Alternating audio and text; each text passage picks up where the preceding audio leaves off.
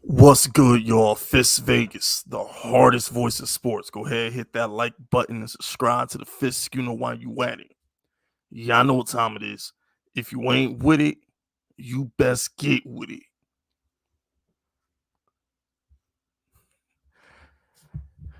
That without the gunshots, it don't hit the same without the gunshots.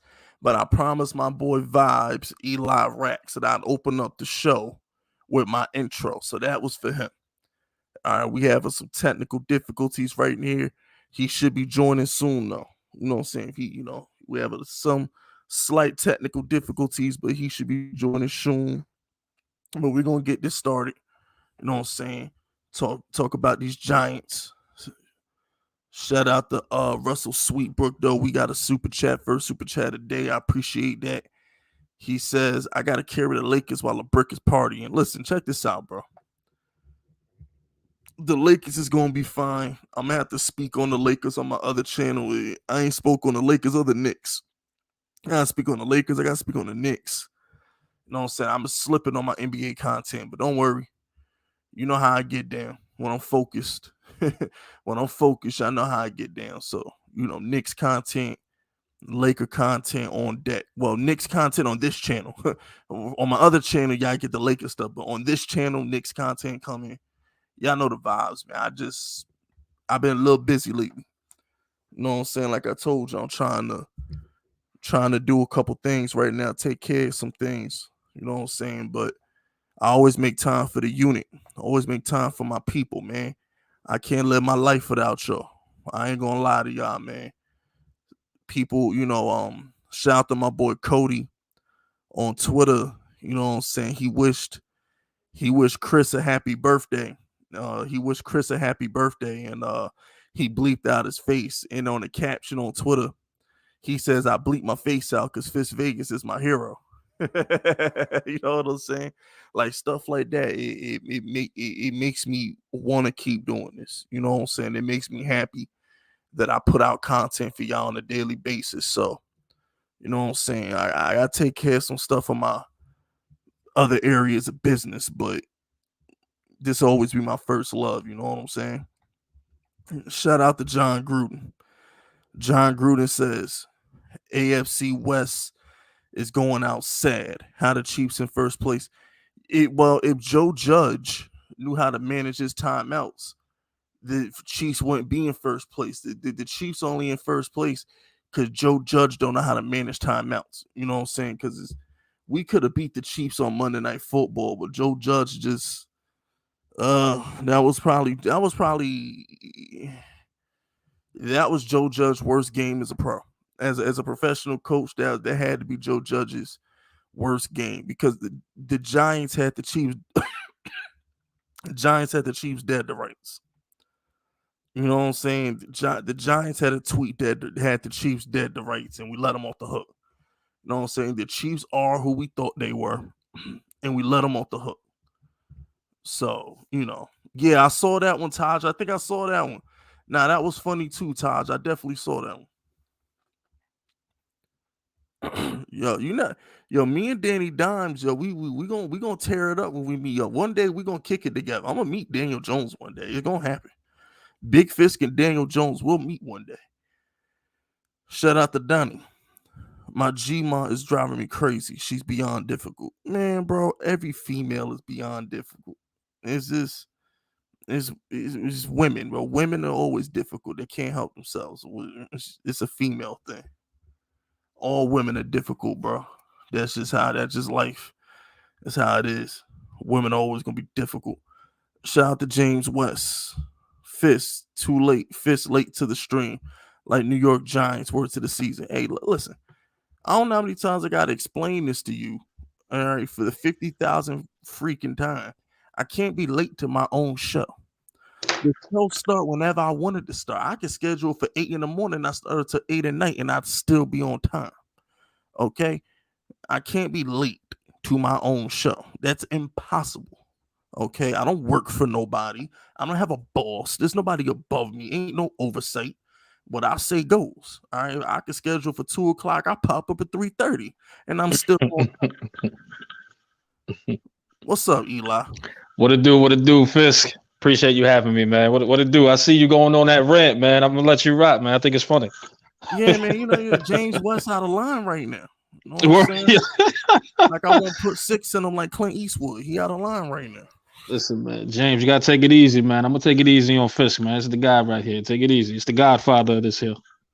You know what I'm saying? Facts, man. I be trying. It's like I try to be nice, but they want me to be mean, so it just falls in line. Listen, for me, you're always nice, man, but I don't want to ruin that for nobody. I like this whole mystique you got here. I like it, bro.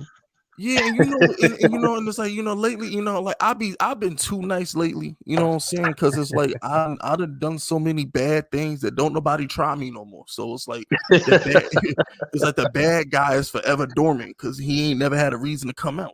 That's respect. Yeah, I respect that, bro. Trust me, man. Like I said, hey, they don't want to get on that bad side. Like I said, if they ever watch the show and they know what's going on, they best get with it. You know what I mean? Exactly. You know what I'm saying? I'm comfortable in my skin, man. I see. I'm comfortable.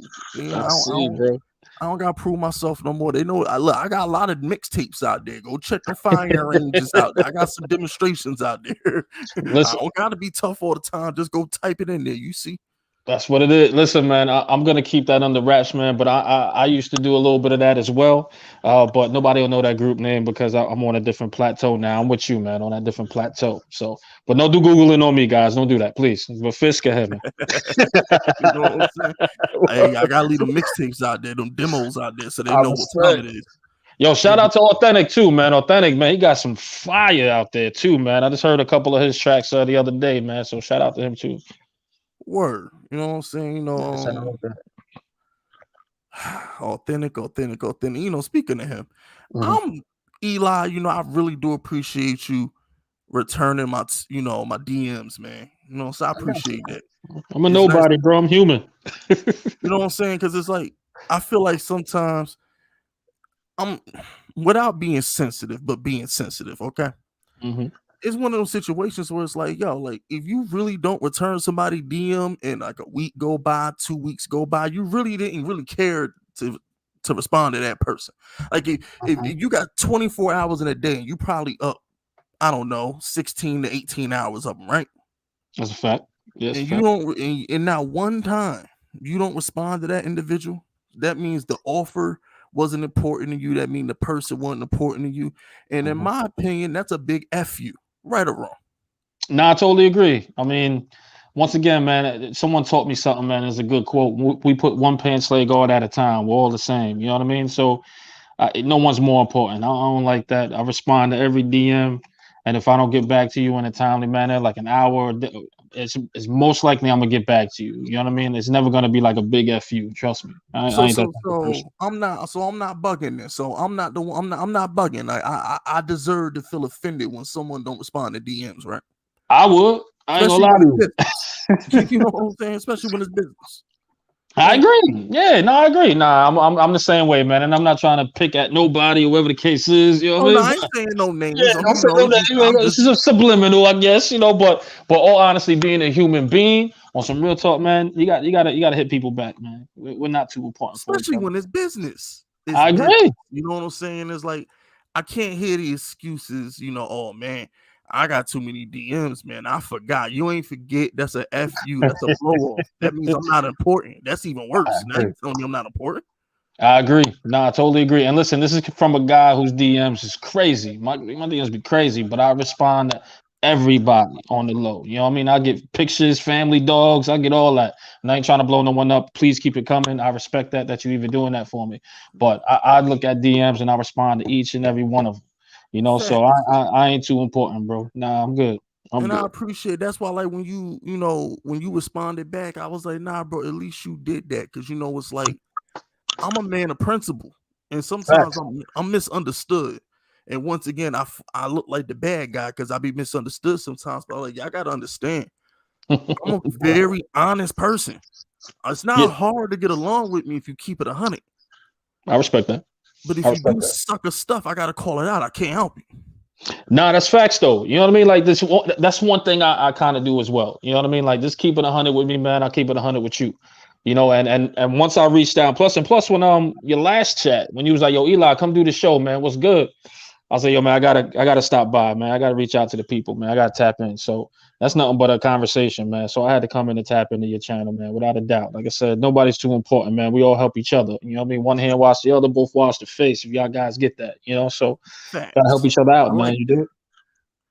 You know, so I like that. I like that I'm in line. my element right now in Fist I Vegas. I'm like in my that. element. I like this. You know what I'm saying? And you know, just to put a little bow on this little conversation about DMs, the individual that Jay-Z level subliminal was sent to, just know I see the sucker shit you do. I see you trolling me on my own streams. I see you going out your way to disagree with me. I see you taking shots at me. Don't think I don't see it. I'm just trying to be a better person. You know what I'm saying? Because it's like you seem to be a light guy, and I don't want to body you because you're so light. But don't think I don't see it though, and I don't like you. And one day I'll pass across and we'll see what time it is. But anyway, Let me moving on. say this. Can I put this out, man? The views and expressions that Fist, this is all Fist Vegas. Just want to let y'all know this is him.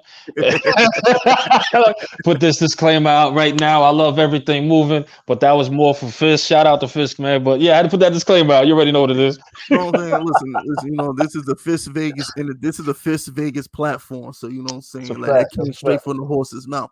It's just sometimes people need to hear that because they think people think they slick, they think they get away with stuff. You know what I'm saying? Because like I don't say nothing. They so used to me responding, and when I ignore them, they think they're getting away with things. But no, like it's like 50 Cent. One of my favorite 50 Cent lines is it was in you not like me, and he was like he said something like you get shot run to the caption, not like not me. That's like what me. Yeah, that song. He was like you ain't got no work on the block. You're not like me. me. Yeah. And he had said something. Yeah, he had said something. He had said something. I been could have killed these niggas. I'm still waiting. And to tell it with two whores, dance with two doors. I love that line. He said, yeah, it was something. He said, don't call me Satan. I been could have killed these niggas. I'm still waiting. And I love that line because it's like that's his way of saying I could have been got you, but I'm choosing not to. You know, I could have been got you, but I'm choosing not to. Hey, yo, man, your mind is like very, very. Is it militant? Is the word? I guess it is, or very cerebral. I guess I'll say with that. Very cerebral, man.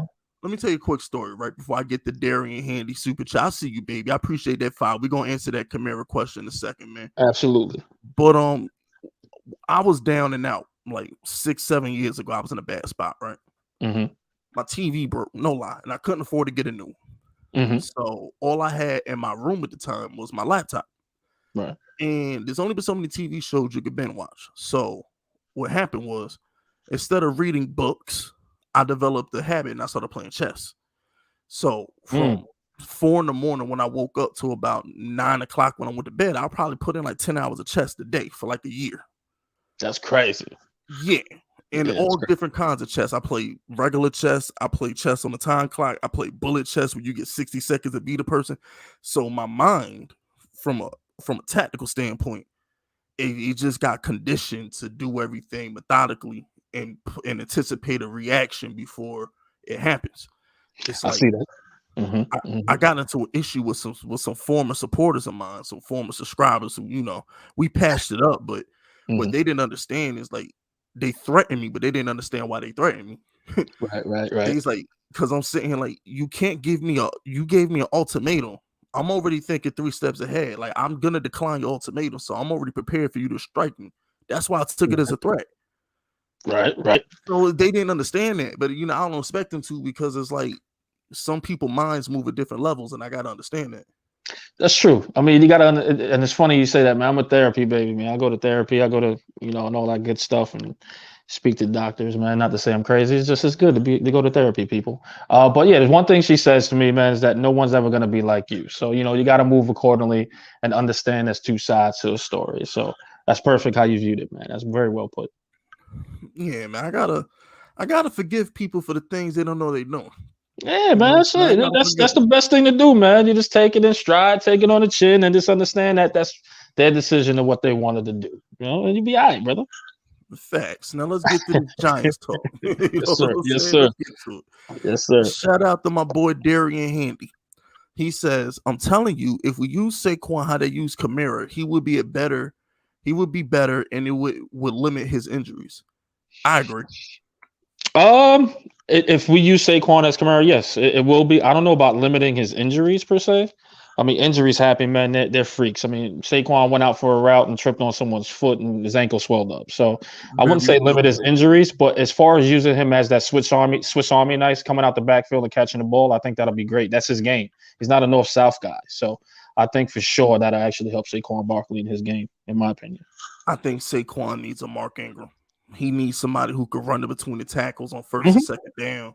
Like, in my opinion, Saquon is like a more athletic Ahmad Bradshaw, and he needs a Brandon Jacobs to take the load off. Nah, because I can't say like I'll say more a better. I won't use Ahmad because Ahmad was that downhill guy too. You know what I mean? If you look at Ahmad was a better runner than Saquon. I'm just saying from like just as an explosive guy on third down type of role. Like I respect that. Yeah, I respect that. I'll say that. I respect that for sure. I definitely respect that. But yeah, no, honestly, yeah, you're absolutely right, man. I mean, they got to use Saquon different, man, because he's just not that guy to run in between the tackles and give you that north-south. He's gonna dance until he finds the hole to give you that home run. But don't forget, he also has Booker that can kind of help him because we've seen what Booker can do, right? He's that north-south guy. He's very decisive in what holes he's picking. He's very patient. All of a sudden, he just got the vision and the poise in that backfield to where he had almost 100-yard game. Unfortunately, he missed some yardage at the end. But he also has Booker. So he just can't – he don't have to worry about that home run or getting that grind. Just go and just play your game. That's it. That's it, young man. Go play your game. Like I said, I think Saquon ain't built to be – he's not built to play the role we want him to play. No. He's not. Like, he's good enough to do it, but he can't stay healthy enough to do it. Christian McCaffrey can't even stay healthy enough to do it. It's not just a Saquon thing. It's like some guys just – not everybody's going to be Ezekiel Elliott and just never get hurt, you know? And he's a specimen. Like, Saquon's such a specimen, man. Like, he's huge. Like, but that's his problem, though. He looks too good. That's his problem. That's you pass the eye test, right? But he's just not physical, you know. And this is like, what did you put all this muscle on for if you're not going to be this physical guy? He even shies away from blocking if you watch most of his film. Like he'll go, but it's not like that blocking that we need to give Daniel Jones some time, right? I'm sure you can break that down. But he's very timid, man, of contact, and that's in my opinion. Correct me if I'm wrong, Fizz. But that's the thing. His body is too good. It's too good. Yeah, see, but it breaks though. It breaks. That's what I'm saying. It's too good. It breaks. I feel like he's got too many muscles. He's got too much muscle to run to run the way he does. Yeah. Like if you notice, the guys who don't get hurt be the guys who really don't got the most muscles. They be like, how often was Barry Sanders hurt? Not often, as far as I know. How often was Earl Campbell's and stuff like that hurt? How often? And you're talking about a more physical game back then. Jerome Bettis ain't get hurt that much. That big dome protected him from a lot. The bus, man. Yeah, that's true, though. I mean, when you think about it, I mean, again, I got to really go back but for now, just thinking about it, I don't remember those guys injured as much. I mean, somebody in the chat correct us for sure. You know, I sound like the dealer. Yo, I don't look at the chat, but just looking at shout out James, man. I looked down, I looked at the chat on the screen, and I'm like, oh, okay. The dealer behind the bodega, that's what it is. Oh wow. Yo, that's funny right there. I ain't gonna lie to you. That's funny. Y'all appreciate that, man. It's a compliment, man. I grew up in those rough parts, so it is what it is. It is what it is. It's a lot of years in them back alleys, you know. But I'll take it. James West. That was funny. Shout out James, man. That was funny. Yo. Yo, that is funny. Yo, your followers is like that. Yo, that's what's up, man. I'm with that. I'm with it. This is gonna be listen for all the guys that usually follow me on Twitter. It's gonna be a little different. I'm just vibing with my guy Fisk, man. This is my element. I grew up in this culture. I love it, man. So just bear with me while we get this out with us. You know what I mean? So I appreciate y'all for tuning in either way. My next channel gonna be a urban politics channel, like a hip hop channel. I wanted to speak on the baby. I was like, man, I'm gonna have to start my hip hop channel early. I want to speak on that situation with the baby. You can do that. Like, you have that work for me. Yeah, I think you can do that. I plateaued with the sports talk. I really did. I think I plateaued. So it's like I really wanted to move into hip hop. Yo, it's funny you say that because spoiler alert for people that are listening, especially that follow me. I just took a bunch of meetings with some management companies and etc. And they said the same thing, man. There's only a certain plateau you can reach, and it's time to venture out to do a couple things. So it's funny you said that, man. I'm actually looking towards different avenues as well. So, yeah, man, Rax is gonna be doing something different, guys. Just stay tuned. We're taking meetings and hopefully expand the brand. But Fist, that's the lane, bro. That's the lane. You gotta do that. I think you're perfect for it. I'm gonna give it a shot. The only question is, do I take that 2.3K sub channel, turn that into the hip hop channel? Do I start from scratch? I don't know what I should do. There's nothing wrong with multiple channels and multiple streams of income. You know what I'm saying? So, and that's on another talk. But definitely, you start something new. Start from scratch, man. You know, you still got the audience. I should take that 2.3 sub channel, turn that into the hip hop channel. Nah, start from scratch. Because either way, people will come to you just to talk Giants. You get what I'm saying? So they look for that. So as far as you switching that up or whatever the case is, then they're gonna be like, man, what the hell is this? I'm gonna think on that one because it's like I done told these people to subscribe to like mad channels. I don't even want to do it again. It's a piece of me that wants to like do the hip hop content, and if you check it out, you check it out. I don't even want to tell people. It's like if you see it and you care, pull up. You know what? Do that then. Yeah, do that then and separate the two. I'm with that. I think you should, man. I think you could definitely cover that stuff, man, with no problem. You raw, you real. I need to air this nigga baby out. I'm itching to air this nigga out, son. He wilding. He wilding, bro. He wilding. I watched that the other day, man. I was just like, what is this guy doing? I was like, yo, like it ain't looking good out there, but I ain't gonna comment too much on it. You know what I mean? But it ain't looking good for him out there, man. You definitely blow him up for me if you can. No doubt. Shout out to my man Prince. Prince says Saquon issues are only looking at the end zone. Look at the effing sticks, Android 26. That too. That too. But my biggest issue with Saquon is, and I've had this issue with him from day one. He is a runner back on a bad team. He's not.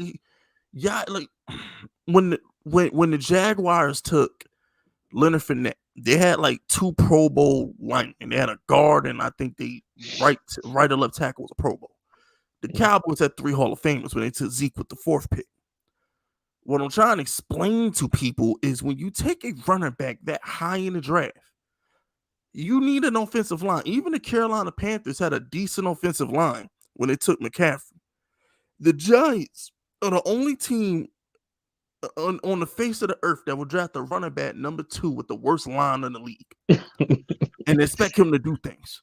You know what? To piggyback off that too, that's more of a testament to Dave Gettleman, right? So when we look at the end of this season and see the guy for the job. So when you start talking and peeling back that onion and you start talking about, man, he drafted a running back high.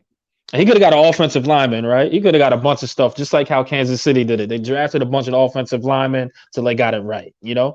So when you look at that, man, you just go, man, he definitely missed and shortened Saquon's career because the question is, can he play? A lot of people are asking that question. Can Saquon play? Was he the right guy? Listen, Saquon could play. He is a talent. It's just like you said, Fisk. He's on a crap team with a crap offensive line. And now they got to think outside the box on how to use him. And that's catching the ball out the backfield. You know what I mean? So you hit the nail on the head, Fisk. He's just on a bad team. Saquon is a talent, man.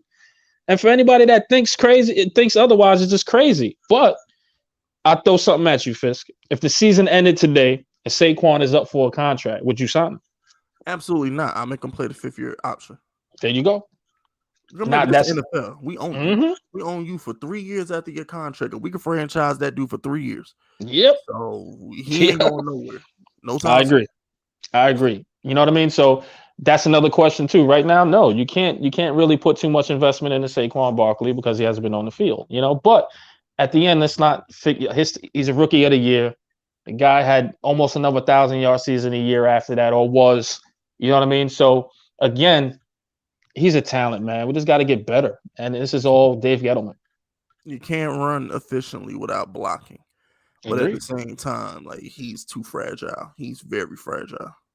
Agree. I mean, yeah, I guess you're right. Yeah, I have to say you're right on that. But you know what? We're desperate at this point to where Daniel Jones could be your leading rusher in any game. Like, that's just desperation that we need some sort of rushing. Jason Garrett don't know how to do 2 things that work in repeated games. Like, he ran read option like 10 times versus the wide Mm-hmm. Yo, did I lose you there, bro? Oh man, you turned silent there for a minute, so I'll keep it going. Shout out James, man. Eli gonna drop that Bodega Beats fire mixtape. yo, James, keep that coming, bro. Keep that coming. I think Fisk mic got a little crazy. He got a little messed up there, but keep them donations coming, bro. Or maybe that's my mic and I can't hear him. I don't know, but keep that coming, man. Those donations. But yeah, man, I'm gonna drop them Bodega Beats, bro. Just make sure you come copy, man. Come definitely pull up if you can. Appreciate you on that one. Fisk, you there, man? Yo, we really lost Fisk. Yo, Fisk. That's crazy. But yeah, just to continue, guys, man. I mean, just think about it this way. Wow, he's really gone. He's really out the picture. All right, it's the Eli Vibe Show. If you can, man, please at me on Twitter, man. I am Eli Rax, or you could Google me, Eli Rax. My account will come up. Hit that follow button. But he's absolutely right, man. Just to continue with Jason Garrett. Jason Garrett just isn't that guy to stick to a game plan. He's just not that guy to stick to a game plan to where it'll help the Giants. He's just not. And that's the question is, can he be consistent enough? And right now, Jason Garrett shows too much inconsistencies. And that's a concern. That's a huge concern for this team. So with that being said, I see Fisk is loading back up. He's up in there. Fisk, you there? I can't die, Taj. I'm like the Undertaker. I can't die. You know what I'm saying? Listen, I'm that bad guy, bro. Like I'm really a bad guy. Like I'm gonna die when I'm like 80 years old. I'm gonna die in my sleep, like Carlo Gambino did. Like I'm a real G. I feel you, son. Yo, that's crazy. That's funny though. That's funny. That is funny. I ain't gonna lie. I already called it, bro. I was like the two gangsters I looked up to the most was Gambino and Ricardo. They had the longest runs. Them dudes died peacefully in their sleep in their 70s, 80s. They were chilling. No, they ain't go to jail. They ain't get shot at. It's like, come on, man. That's how I'm going out. I already called it. Yo, listen, bro. Shout out to all those movies you're just saying, man. To be honest with you, the ones that I grew up on was like Nino Brown. It was like Tupac and Juice. You know what I mean? Like those are the joints. I was like, man, those are the people that you go, wow. As far as looking at like a tough guy role. And what else, man? I don't know if you saw Blue Hill Ave, but that's another great movie, man. Shout out to that one too. But those are the ones I was looking at, like, man, it's a menace to society, old dog. You know what I'm saying, bro? Like, those are the joints you look at, you like, ooh, you know what I mean? Like, those are them ones. So yeah, those are the ones, man. I haven't watched any of the Godfathers, so y'all can kill me later for that, though. y'all can kill me later for that one. I know, y'all can roast me later for that. Shout out to James West, though. Eli gonna drop that Bodega Beats fire mixtape. James West about to go in on you. He was. Hold on. What's that say? Say what's the East Bagel Bites and yo, Don Vito. Yo. Yo, shout out Don Vito, man. Shout out to Donnie, man. He said, yo, he still eat bagel bites and Cheerios. That's real. Shout out. Yo, keep these donations coming, man. For real. My man, yo, this is fire to read these. I can't see bagel bites. You weird to me. I'm sorry. I'm not with the bagel bites. Nah, I ain't with all that. Nah, I'm not with the bagel bites. I knocked down some pizza rolls, but we ain't doing bagel bites. Yeah, now I do the Tortitos, but them bagel bites, man, they got the fake block of cheese on there. I'm good, man. Yeah. I ate some terrible. Like I grew up on government cheese, man, and it's not government. Forgive me, government cheese. You know what I mean? This is what I grew up on, and I had some wicked cheese, but I can't eat that bagel bites, bro. That's a whole different ball game. Like, and I was broke growing up. like I was broke. I was dirt poor, and I was like, man, I can't. This look funny. I can't eat that. But yeah, shout out to that. Shout out. Blake Bortles wasn't that bad. Hot take, bro. What do you think about that? He wasn't that bad that one season. I think a lot of that was play calling. I think because he is trash, they treated him like he was trash, and instead of giving him a chance to beat Tom Brady, they made him run the ball with Leonard Fournette every first and second down. So he might have been hot. That may have been his Nick Foles, Eli Manning miracle run, but the coaching staff in Jacksonville, they ruined it. And they just tried to run Leonard Fournette on a down Bill Belichick throat, and like that wasn't gonna work. So, I agree. The hot take is wrong because he is that bad. But that one season, for that one season, he may have been all right. I agree. I totally agree. Like you said, it was more of he's a system guy, so I think it was just that season, that system, that particular year, and he just caught fire. Now I don't know if he's a backup somewhere. I don't even know. I'm gonna be honest. He just got cut by the Packers. Oh, good God. So yeah, Blake Bortles is exactly what he is, just a journeyman quarterback or whatever at this point. But nah, I don't like that take either at all. But shout out to my man right there. Shout out to LA. Remember, supporting big fish gets support small businesses. LA says, I think it's without certainty after last night that the Eli Manning curse is real. Some random wearing number 18 had more snaps last night than OBJ on the Rams. Nah, that Eli Manning curse is for real. That's been the thing for like 15 years. Man. I don't know. Name a successful wide receiver that left Eli Manning. I'm gonna sit here quiet. Yeah, you're right. I'm gonna sit here quiet. My apologies. Listen, my apologies. Victor, but are we saying OBJ is trash all of a sudden? Like that's what we're saying?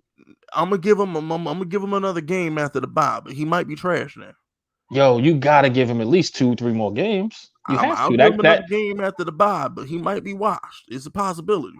I'll say that after 2 more games. Then I'll be like, oh, okay, this isn't the OBJ that we thought. But to be honest with you, man, Eli's that guy, bro. You absolutely right. You hit the nail on the head as far as who was successful. Because everyone was like, we had listen, shout out to Steve Smith, because I know that's my guy's Brandon London's best friend. Shout out Brandon London, that's my guy. But Steve Smith, man, where did he go after that? Eli put them in success. Whatever the Giants gave him. Just like Nick. He made the same mistake. Knicks made the same mistake right after Steve Smith. Absolutely. You know what I mean? Absolutely. Odell Beckham put the Eli audible, put him in situations where he could win, and he can't do it anywhere else. Eli was smart, man. Let him Eli don't get enough. Yeah, like the quarterback lets him freelance. Eli didn't mind no freelancing. Absolutely, bro. Like this is again a testament to why Eli's the Hall of Famer and why his fans speak up for Eli a lot. It's because they don't know how cerebral and how much time Eli Manning put into that film room to help his guys win in that situation or to help a play explode. You know what I mean? You got to give Eli's just due. You're right, man. Eli made these receivers a whole lot better, and that might go for OBJ after 2 more games. I'll definitely give you that. Now, granted, we're not gonna, he is a Hall of Famer, but let's, just remember he finished as a 500 quarterback. Eli Manning was the epitome of Jekyll and Hyde. Let's not act like, Listen, as much as he was Jekyll and Hyde, and which what they get. Yo, I said I'm gonna ask you this, Fisk, and I need your opinion. Don't defend. I need your opinion. I know y'all got the same name, but don't defend him. But I'm gonna give you. Hear me out. And this goes kind of parallel. But what do you say to Daniel Jones, because he's kind of a Eli Manning with the turnovers, right? He can turn over the ball every given moment, but this is the actual year where his turnovers are a little bit down, right? Just his touchdowns is crap. I don't know what's going on. I think the system's broke. But the first couple of years of Daniel Jones, would you say he's more of an Eli type of player? He's better than Eli. Oh, okay. If you look at year 3, I didn't know you was gonna say that. Okay, go ahead. No, I'm just comparing them, not the final product. I'm talking like if you look at Eli Manning year 2 and year 3, Daniel Jones is light years better than Eli was.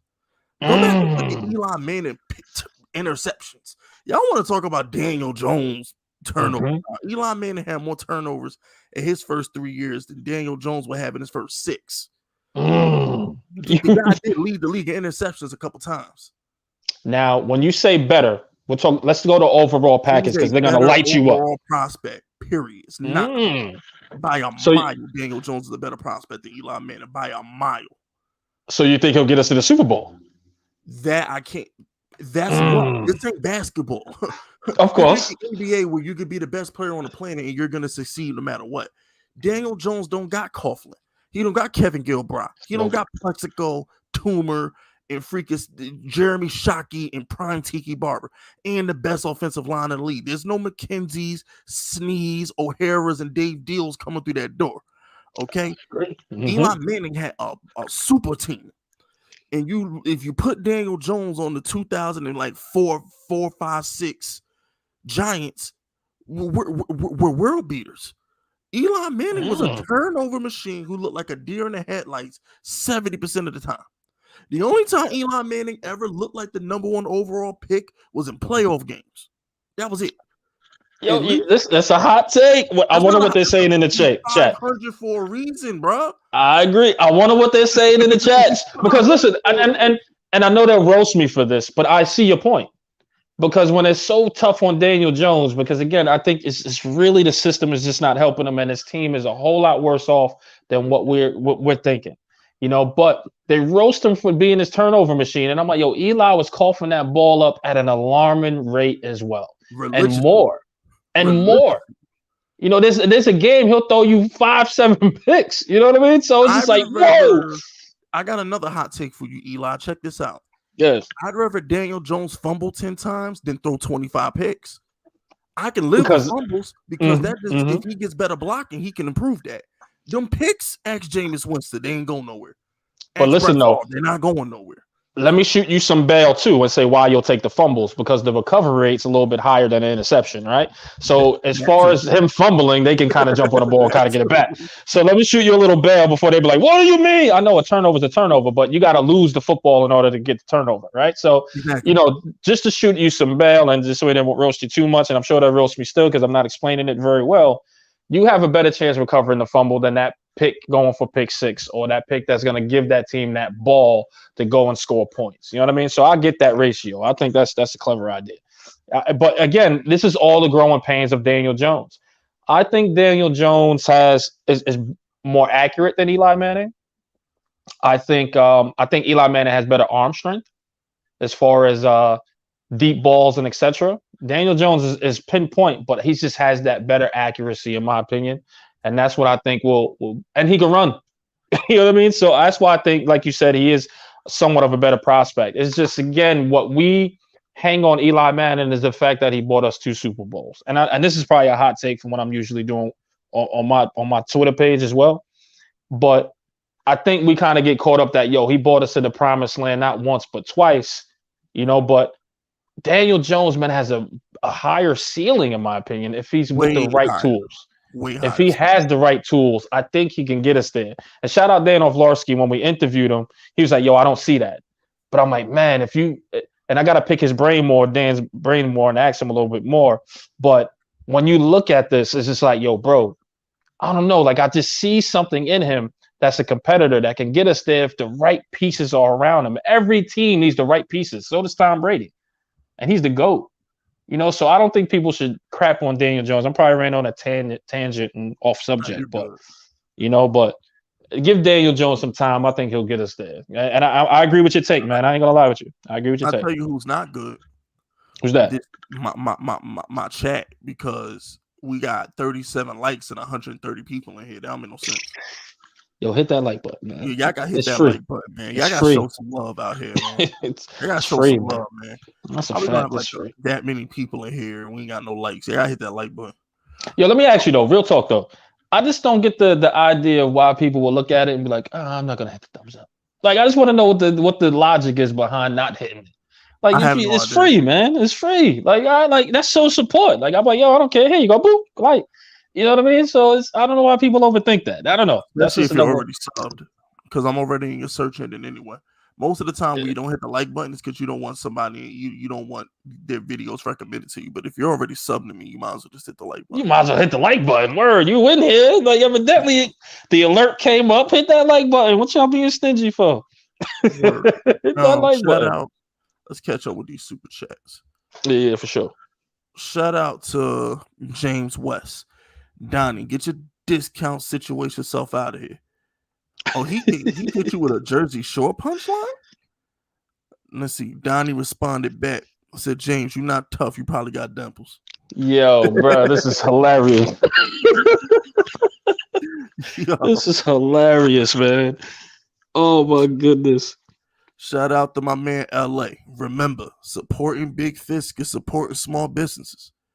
He may have had his regular season inconsistencies, but overall, even at his worst, he's better than that bum wearing 6 on the Browns. Stafford get busy in regular seasons, but he can only dream of being as clutch as Eli. Okay, so here's the deal.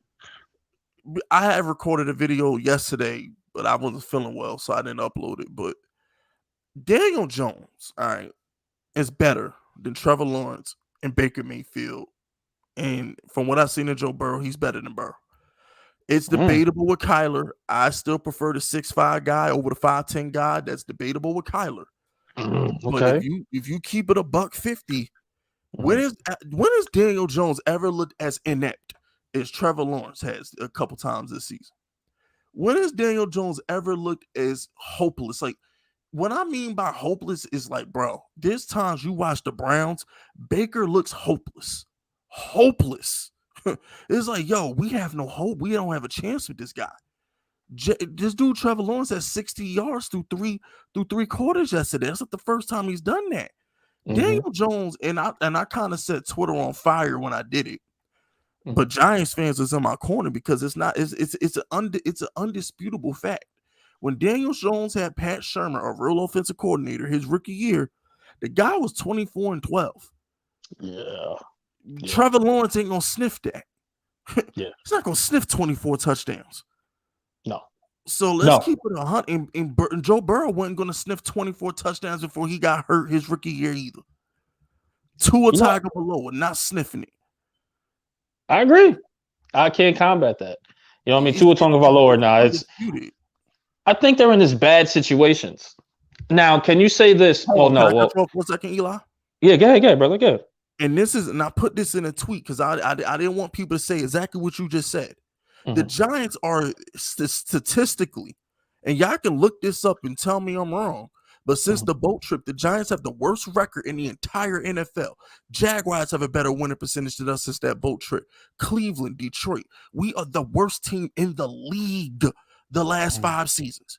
So to say that Daniel Jones has more help than anybody else is false. It's a false narrative. Daniel Jones has taken the worst franchise on the planet. For the last 5 years, the Giants are the worst franchise on the planet. And make them respectable week in, week out. We don't get blown out a lot. You know why we don't get blown out? Because Daniel Jones is competent. That's why we don't get blown out a lot. Because if he was a bum quarterback out there like Zach Wilson throwing 4 picks a game and all these other things, we'd lose by 30 a week. Look at the Detroits. Look at the Jets. Whether it was Shermer or it's Joe Judge, Daniel Jones, he don't get blown out a lot. He doesn't. I agree. Listen, and then to say that too, right? Because you said Detroit, perfect example. Goff been in the league for how long, right? And he looks more incompetent than Daniel Jones at this point. So you're absolutely right. You absolutely right. I can't argue that, bro. I literally can. And if anybody listen, Daniel Jones. Sam Darnold, he's in a better situation, right? Way better situation, and he looks crazy out there. You know what I mean? So again, when people start to compare, and it's funny, Sam Darnold's a perfect example, and also Goff is another example. These guys have been in the league for a very long time, and these guys look like they're there in the headlights. While Daniel Jones cut down his turnover ratio. Yes, he's not scoring a touchdown. That's because it's not him. It's just because the offensive coordinator. Let's be honest. Offensive coordinator and his weapons are all brittle boned. Absolutely. Like he has no one to where he listen. If Washington, and even though they lost, but you got to look at the entire picture. Giants family, you got to look at that. He took the team on his back, running the ball, throwing the ball. This guy just having a field day. That's the type of quarterback you need at any given moment when the pieces aren't around him aren't producing to where they need to, or that's just injured, that he's able to take over the game when it's crunch time and hopefully get you that last touchdown or that last field goal to win the game. Daniel Jones can do that. And just imagine what a Go ahead. I'm sorry. I didn't mean to cut you off. Oh, no. I was feeling what you were saying. I just wanted to say one last thing for LA Super Chat because I wanted to read the next one. Yeah. Go ahead, bro. You speak of Eli Manning being clutch. Stafford has never been clutch. Why do you think he never won in Detroit? He's not clutch. Stafford has moments, but not big moments. His record versus above 500 teams is the worst by any starting quarterback since he's been drafted. He feasted on bad teams in Detroit. He doesn't do good against competent teams. He never has. That's why I was skeptical about him going to the Rams. But even I started drinking the Kool-Aid when they started getting on them good players. I ain't gonna lie. Like, dang, Von Miller, OBJ, like, sheesh.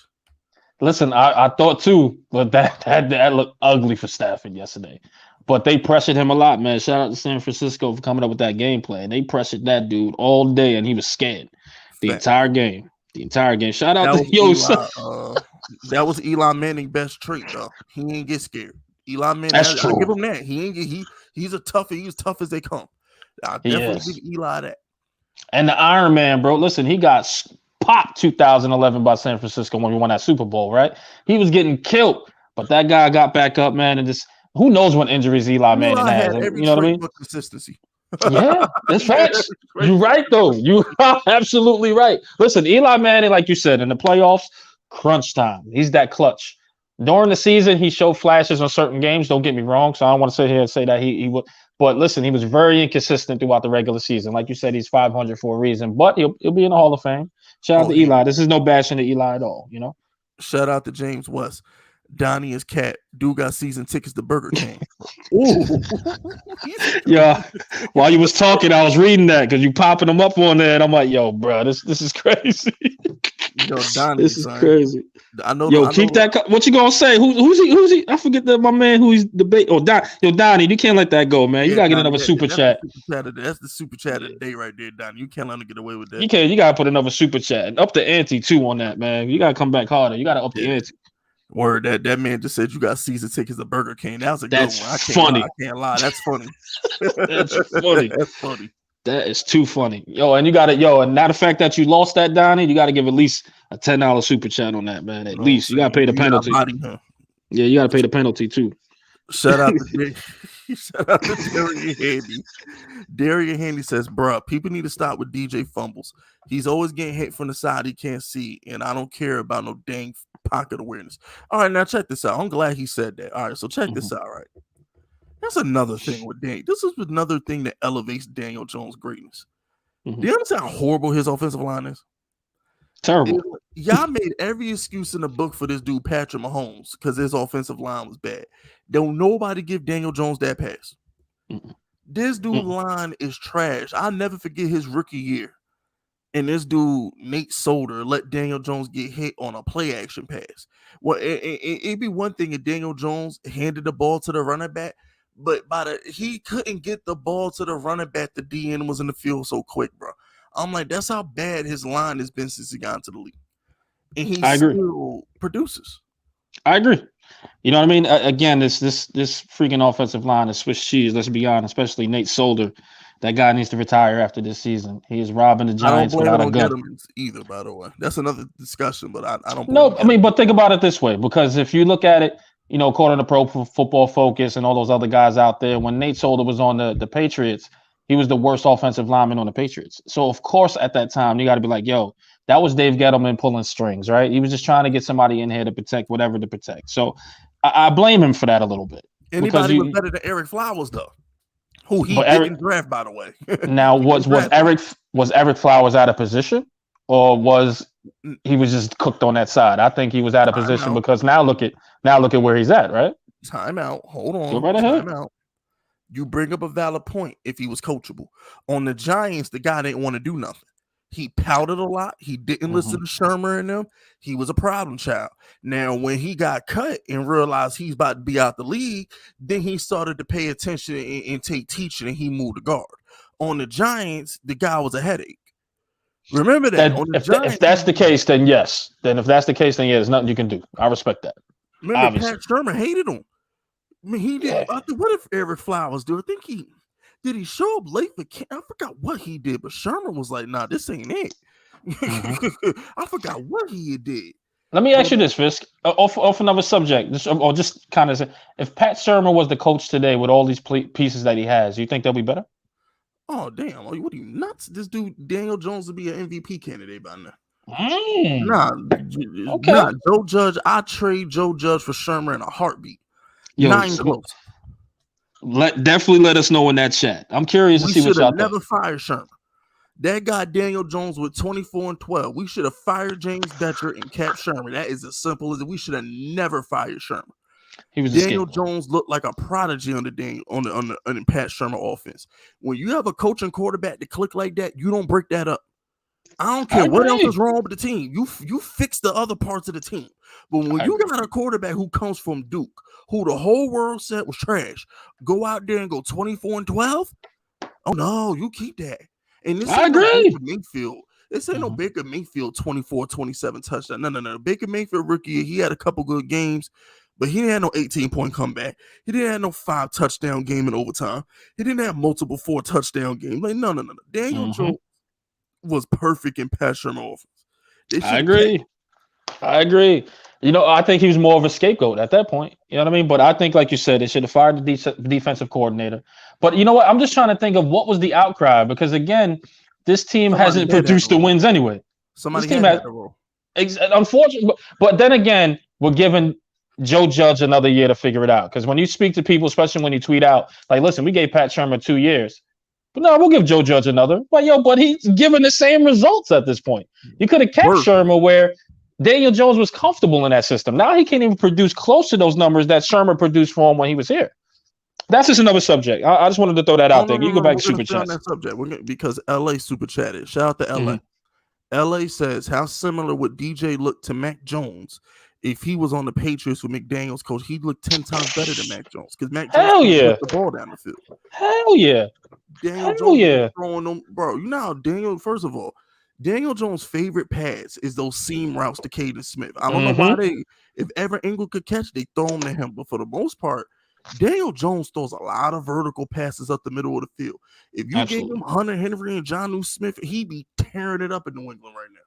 And this is where Evan Ingram should have excelled, because he loves those seam passes, but he can't catch it, right? So he can't. So again, it's like he's in this broken offense, and if you put him on the Patriots, of course he excels, even better than Mac Jones. In my opinion, even much better than Mac Jones. He's a much better quarterback than Mac Jones. I'm sorry. I'm gonna do you one better.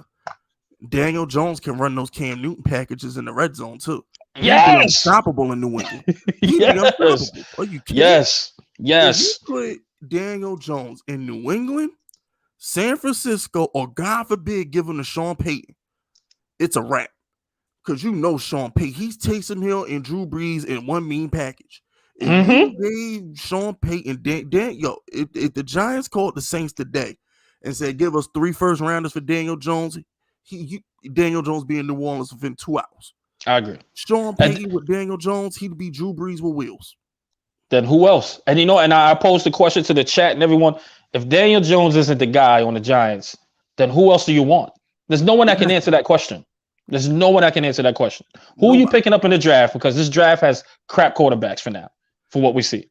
And the last comment when you're done, I'm gonna pile on to it. Go ahead, but and even that, when you look at last year's or the year before's draft picks as far as QBs, still nothing, right? So when you look at last year's, this year's coming up in draft, there's no QB. So who, besides a veteran that could come in it, and no veteran wants to deal with this team. This team is rebuilding. No matter what people say, this team is rebuilding. So no veteran wants to come in and deal with this headache. They want to win. So who else, Giants fans? And somebody put that in the chat. I'm gonna piggyback his question too, because I'm gonna actually one up his question. Which one of these rookie quarterbacks, including Kyler Murray, do you think could have came to the Giants under these circumstances and flourished? Zero. None. Other than not even a veteran. Not even a veteran, brother. Not even a veteran, Fisk. There's only one quarterback on the planet that could have came to the Giants and prospered, and that's Andrew Luck. Other than Andrew Luck, there's not a quarterback on the planet that could have came to the Giants and prospered. Let me say this. Even in the offensive line that we have now and back in the last few years, I don't even think Andrew Luck could have flourished here. I don't know. His line was worse, though. He had to play through a lacerated kidney. Exactly. And he's out. You get what I'm saying? And he got killed. He got killed. So, again, when you look at people and you say, all right, maybe Andrew Luck, he still got killed, man. It probably would be even worse for him. So, I don't know. There's no one that can get in this system and take the beating that Daniel Jones have. And Daniel Jones still looks – he has flashes of looking – let me not say flashes, because I'm going to stand on my word when I say this. Daniel Jones looked good this season. And I'm going to stand on that. I'm going to down that hill. I don't care what the numbers say. I'm gonna read these 2 super chats, and I got to ask. Yeah, go ahead. I'm sorry. Go ahead. Very important question.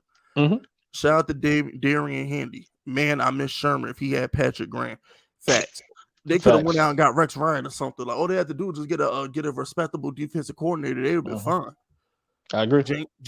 Bro, there's the listen, there's the Coca-Cola formula, aliens, and Bet Your Scheme. Somewhere in Area 51, like Bet Your Scheme is next to the Coca-Cola formula and the alien what do they call it? Dossier. Yeah. I'm telling you, bro. I still don't know what the Bet Your Scheme is. I don't know.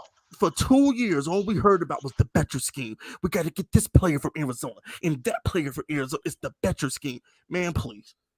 Bro, that scheme was, I don't even know what that, like you said, I don't even know what that was. I hated it. I don't know if it was bend, don't break or just break, but it looked like it was just broken. Terrible. It was terrible. Oh so God. Honestly, I agree. Give me Pat Shermer and give me Patrick Graham. That would have been a great duo right now, in my opinion. But Facts. Here we are. We're with Joe Judge, but that's another subject, guys. But go ahead. I know you got other super chats. I'm sorry, Fisk. No, you're good. Shout out to LA.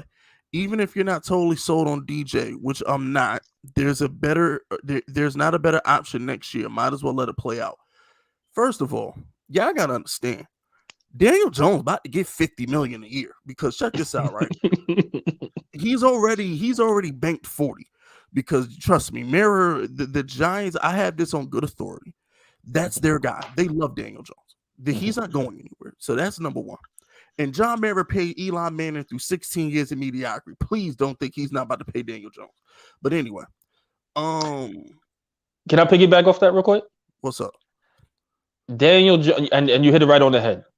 Daniel Jones is a New York Giant. And what I mean by a New York Giant, that means he's says all the right things. He's an Eli Manning, right? Says all the right things, does all the right things, leads by example. He's going to get paid. He's going to get paid. The ceiling is still high. He's still growing. Exactly, bro. He's going to be a New York Giant. They're going to pay it. They're going to pay him. Trust me. It may not be the monstrous contract that we're used to seeing, but they're going to pay him. You think so? You think he'll break records? Yes. He won't be. Wow. Bro, Eli Manning retired as the highest paid player in NFL history. Insane, by the way. That's facts. That's insane.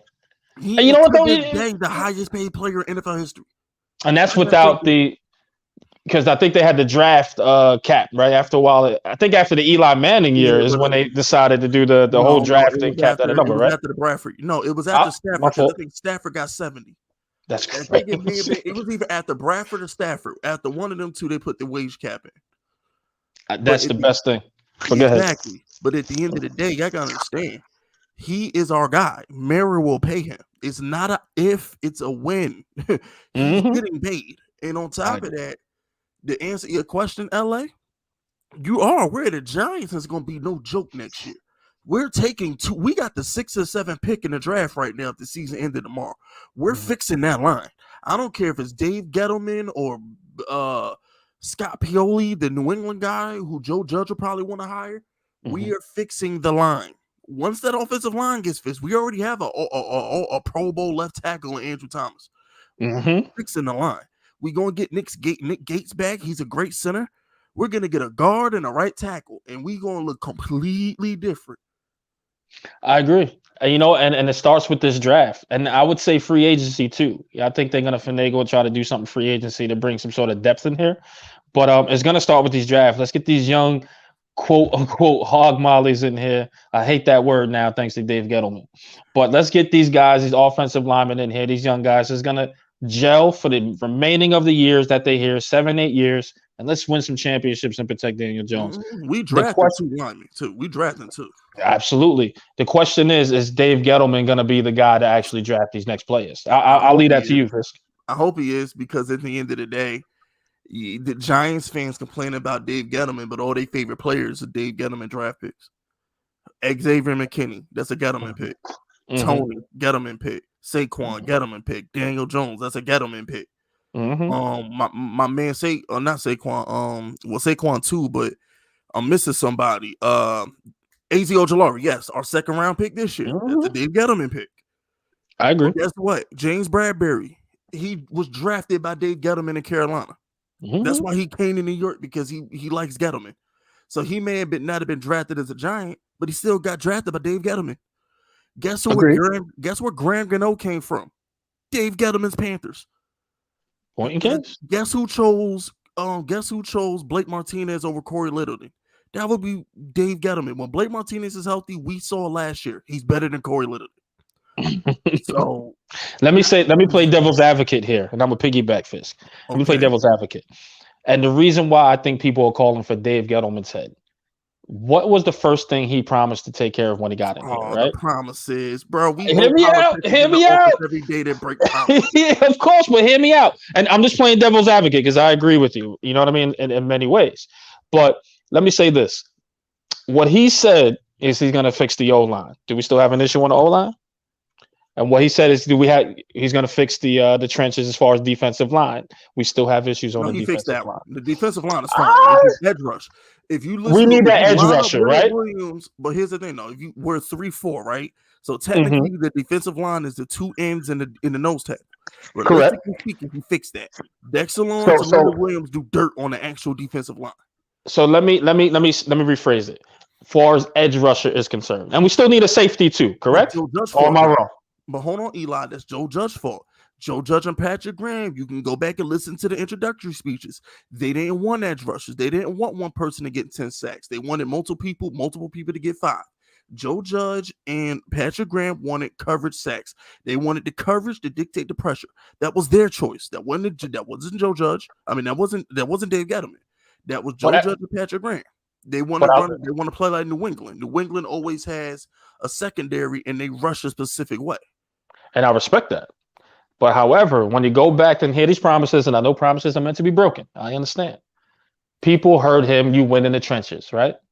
So I think that's why there's so much pressure on Dave Gettleman that, hey, he got to get up out of here because he didn't fulfill or complete the promises that he suggested, which was to fix the offensive line and to win the trenches as far as defensive battles. Now, as far as the secondary, I hate that.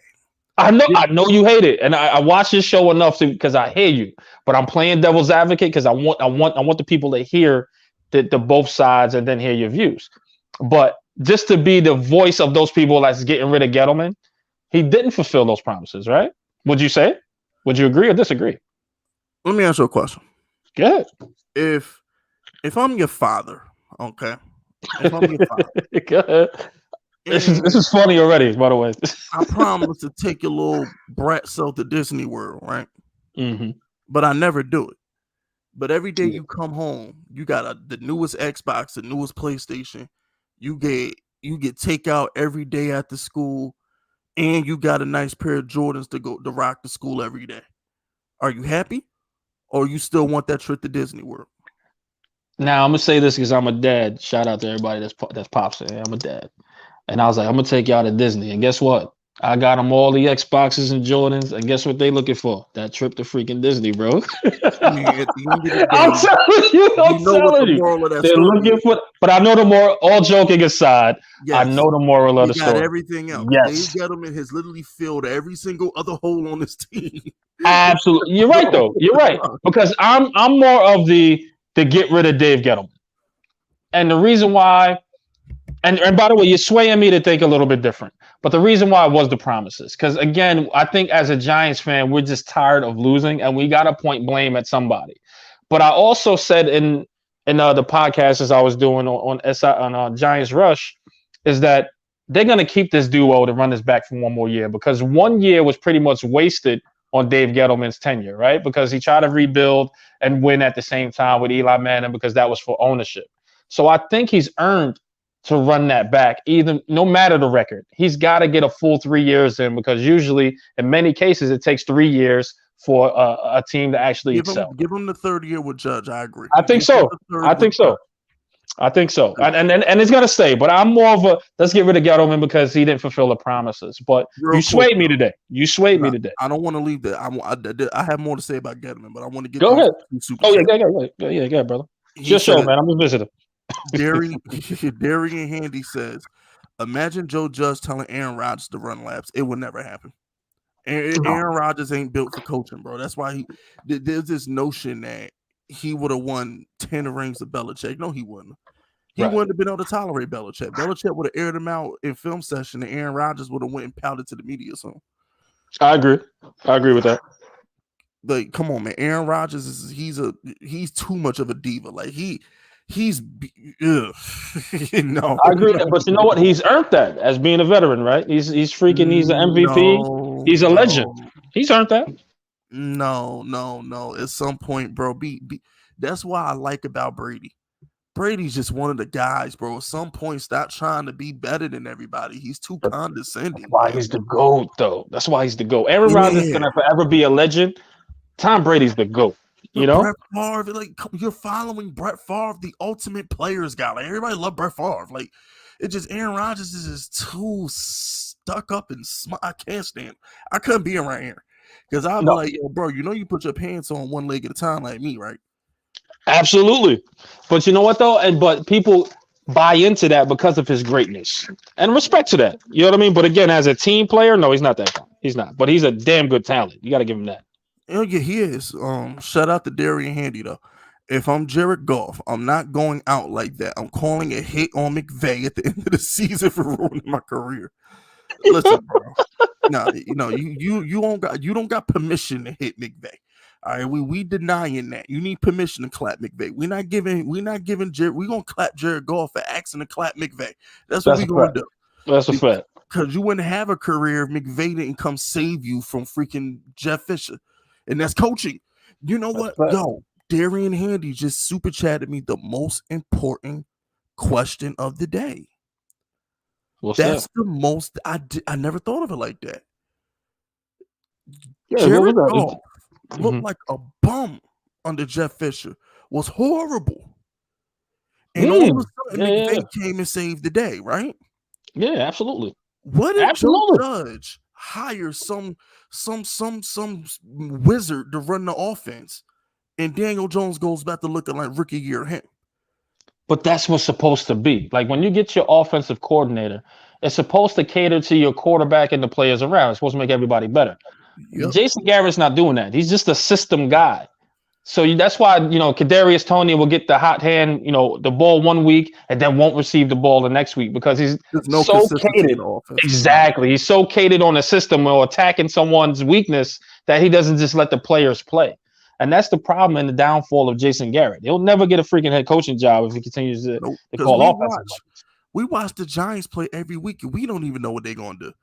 Kansas City fans, they know what they're going to do. At least they know what they're going to try to do. Patriot fans know exactly what they're going to do on Sunday. Identity. They have an identity. We don't. No offensive identity. We don't. We don't. Like we know we're going to do defensively. Patrick Graham is real consistent with his zones. But I agree. Please, we don't know what Jason Garrett going to do. I totally agree. And it sucks, man, because this team has the potential of being something great. It's just Jason Garrett can get out of his own way. And again, I know the injuries. A lot of people are going to be like, oh, we're injured. But when we had the players on the field, we still wasn't collecting the wins that we should have. Nope. So again, I don't want to hit.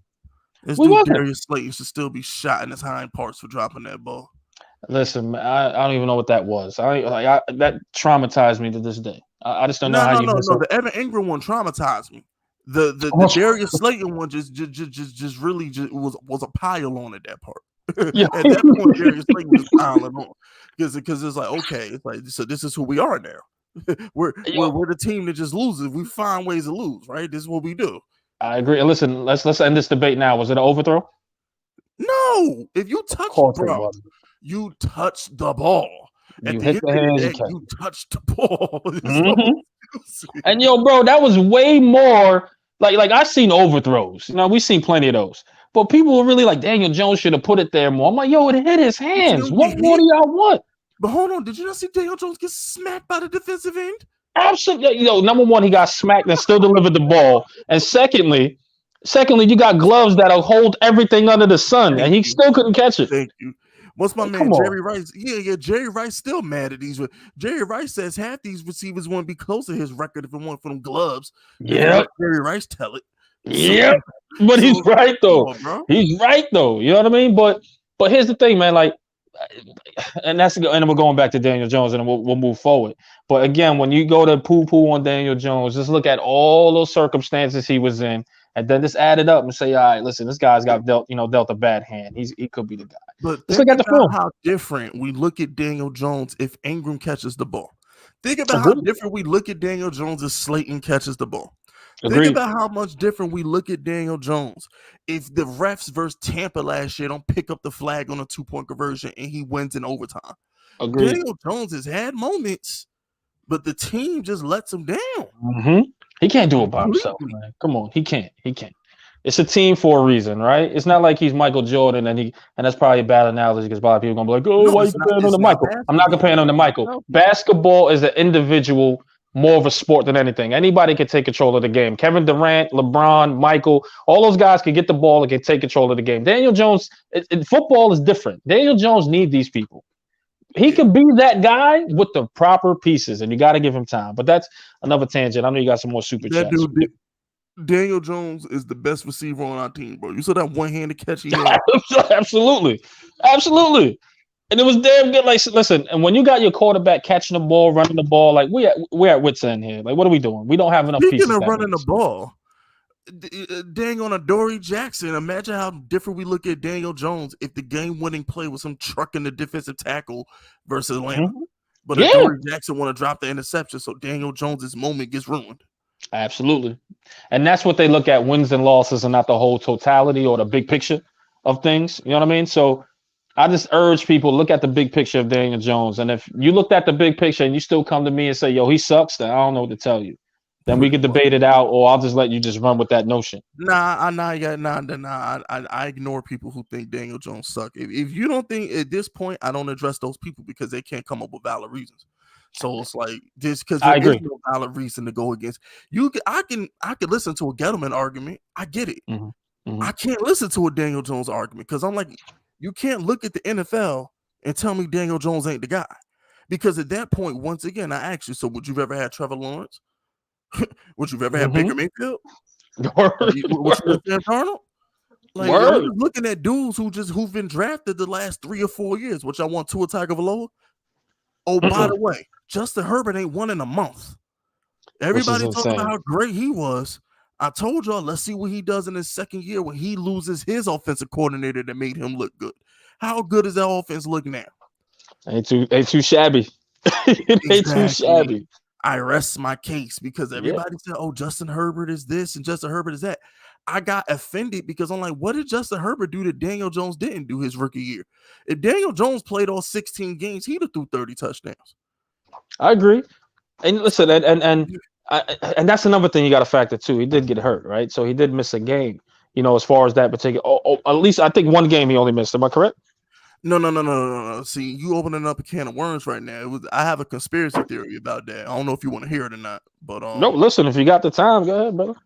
So here's the thing, okay? Eli Manning robbed Daniel Jones of the record. Okay, this is what happened. The Giants benched Eli Manning for DJ for obvious reasons. Right now, the Mara family knew Eli was retiring, right? Mm-hmm. But the problem is Daniel Jones is tearing it up right now, right? Mm-hmm. So how do you get Eli Manning his farewell game if Daniel Jones is playing well? You sit the kid. Obviously. Point in case. Point in case. It's funny you say that. That's a good conspiracy theory. That's a good one. Because you got to make sure he gets his win back so he's at 500. Right, and on top of that, you're right, man. That's a good conspiracy theory. I'll run with that. I'll definitely run with that. Daniel Jones play. This dude Daniel Jones literally beat Dallas on a bad hamstring and a bad ankle on the other leg, but he couldn't play through a little ankle sprain versus the Eagles and the Dolphins like his rookie year. Stop. You're right. Nah, listen, you're right. I'm gonna run with that one. I'm gonna start using that. Like he got punched by Mike Tyson after that cowboy hit and played the next game, but he couldn't play versus the Eagles and the Dolphins his rookie year. No, you're right on that. I like that. I'm gonna start using that when they say Daniel Jones injury prone. I'm gonna start using that.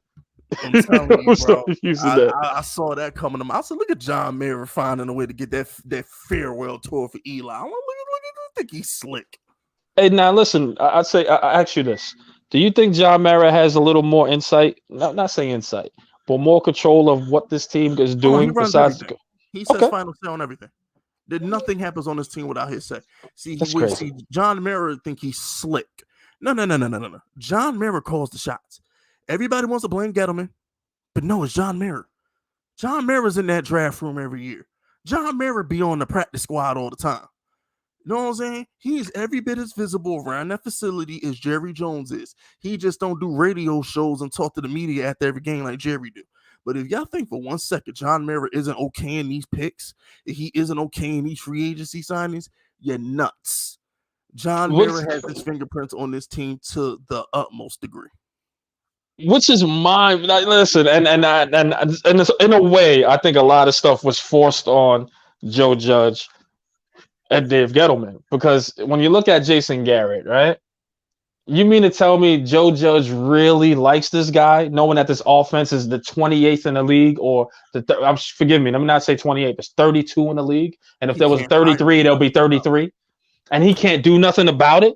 You know what I mean? You can't tell me that's not merit. It's killing him. It's killing Judge. Yeah, of course it is. Because if you're able to fire the offensive lineman, why you can't fire freaking the offensive coordinator? You know what I mean? Like, I don't know, man. That's another conspiracy, man. We can talk about that. No, that's not a conspiracy. That's a valid fact. Because that should be a fact. Absolutely. No, that's actually a fact, because Judge didn't hire him. Judge don't know him. He hires Patrick Graham from New England. He brings in Fat Boy Freddie Kitchens because he worked with him in college.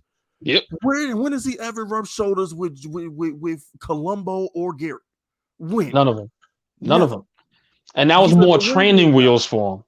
Like just in case it goes wrong, here's some training wheels to help you because you're a first year head coach. Now get rid of him. Like, you gotta get rid of him, man. I don't know. He gotta. I don't know if you got any more super chats. I know we on a tangent. Forgive me. Oh no. They feel free to send in a super chat, but they haven't sent one in. Look, check this out, right? If this was the mafia, did you ever watch The Sopranos?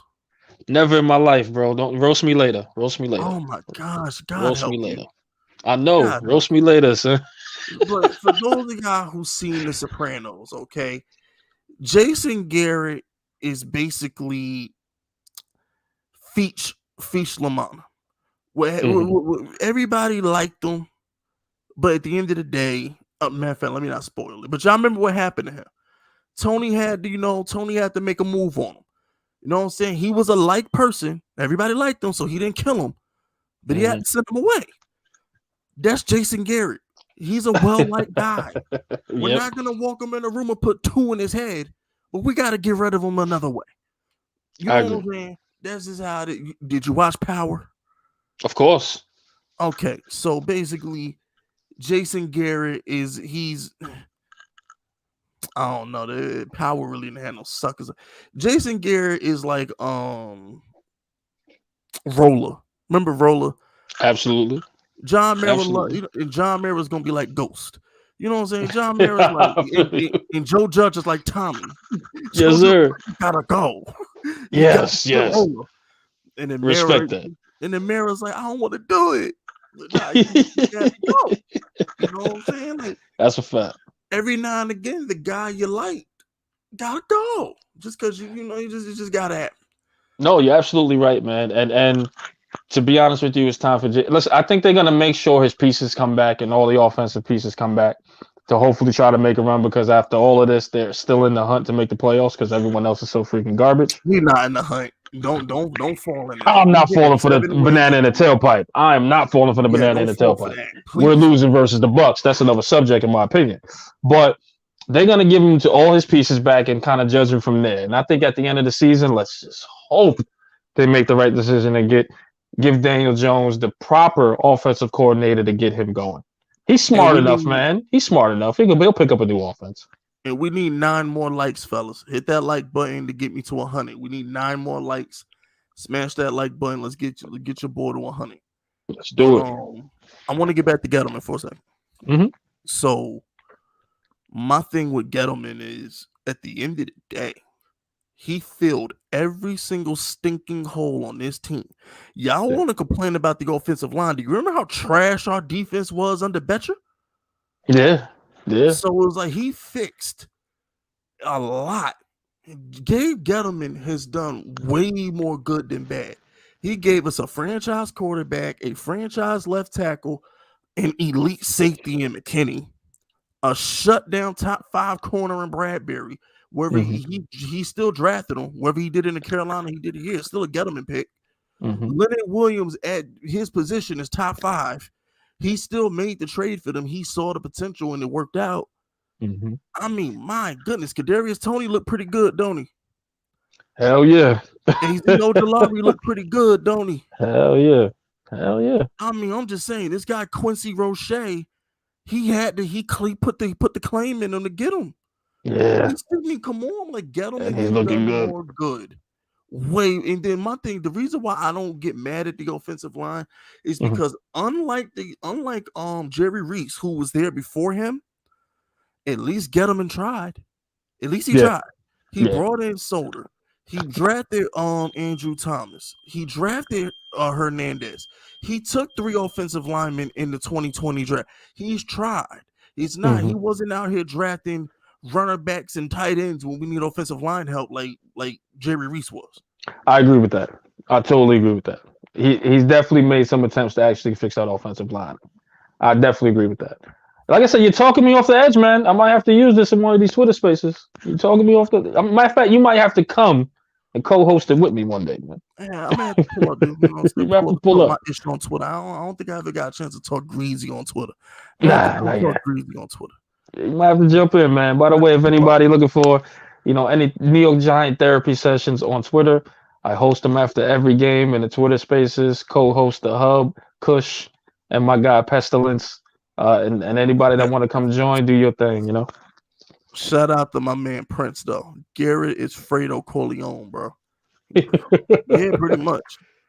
You know what I'm saying? He got to go, bro. Like I said, I'm comfortable with the Giants. I'm very comfortable with them. I mean, I wish we could have won more games this year, but having 2 first-round picks, oh my gosh, it just makes me feel future looks good. Yeah, the future looks freaking amazing. I ain't gonna lie to you. And that's and give credit to Dave Gettleman on that too, getting all those picks, man. So credit to him.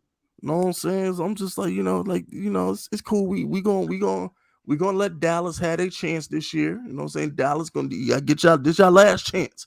Because next year the Giants gonna be popping. Because we're gonna have a mean offensive line next year. Because those first two picks in the first round, woof, we getting the meanest offensive line, and that's why I want Gettleman to stay. I want the guy who drafted Andrew Thomas to be taking my next 2 players. Just saying. I respect that. Nah, there listen, was 5 I have no linemen, Eli, and there was 5 elite tackles in 2020. The only one as good as Andrew Thomas was Tristan Wirfs, but he plays right tackle. So let's keep it a buck here. Let's keep it a buck. You're right. Andrew Thomas. It's another great pick. The guy who drafted Andrew Thomas, please draft the next couple linemen. You know what? You're right on that, though. You know what I mean? And I can't really combat that, man. I really can't. And I think he's, not to say deserving, you know what I mean? But I just think to keep the continuity, they're going to have these guys come back one more year to figure it out. And like you said, I think this is more of Dave Gettleman's 3rd year than his 4th next year. But he does deserve it. Daniel Jones is great. Listen, here's the thing, Eli. I've been going back and forth with people on my channel for about 2 weeks on this. I don't care about rounds 3 through 7. I don't care. If you hitting on the first 2 rounds, that's all that matters. That's where the talent is. Anybody who hits on 3 through 5, 3 through 7, you're lucky. But don't forget the first 2 rounds. And you're right. Saturday. And you're absolutely right. But don't forget, you can also bust in those first 2 rounds too, right? Because you got like a Jamarcus Russell and a bunch of other stuff too. So I don't want to say and negate that 3 to 7. Those are your depth guys. Those are developmental guys. Victor Cruz was undrafted. You know what I mean? So when you start to and I think David Deal, correct me if I'm wrong, was I think number 5.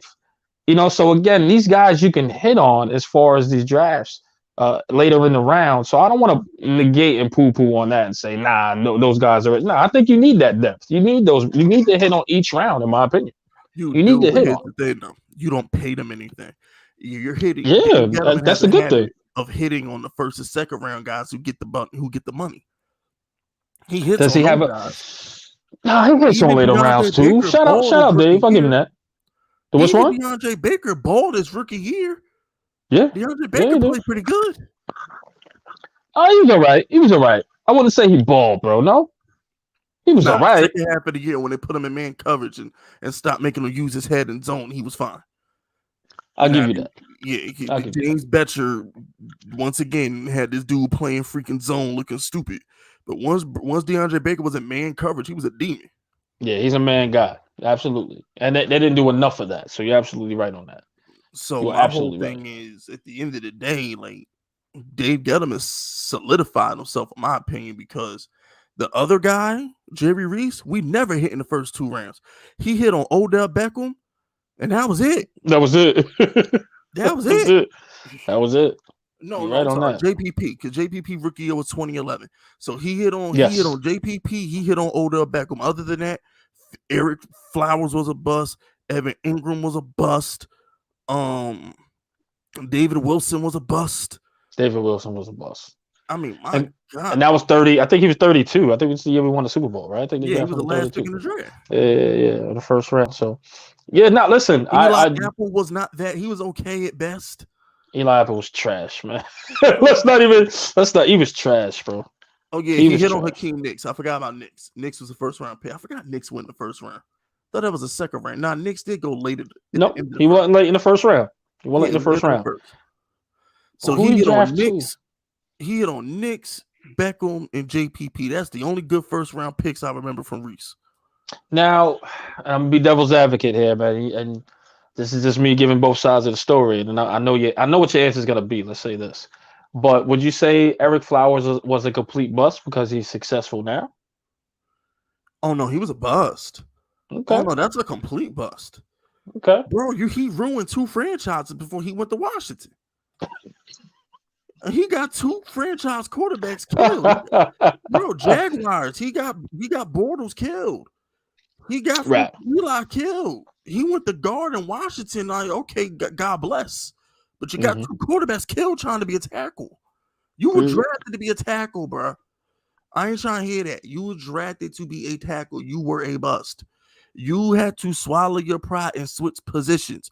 Anytime you had to, that's like saying Lamar Jackson had to go play wide receiver. No, because he wasn't a good quarterback. No, that's a bust. If you were drafted to be a quarterback and you end up a wide receiver, no, you were a bust. That's a bust. Yeah. So yeah. Well, you know what? The reason why I say was because he's still on the line, right? Even though he did play left, he's still in that position group. It's just, was he playing out of position and they didn't know it? Like, I don't know. That's just another devil's advocate. But you know what? I knew your answer was gonna be that. I agree. I agree with that. I don't know, bro. He went through 3 coaching staffs before he went to a guard. I ain't trying to hear that. Yeah, you're right on that. Multiple franchises. Nah, Air Flowers is screw him. Shout out to James West. Y'all can have 32 first round picks in 1 year and still be, yo, James, bro, relax.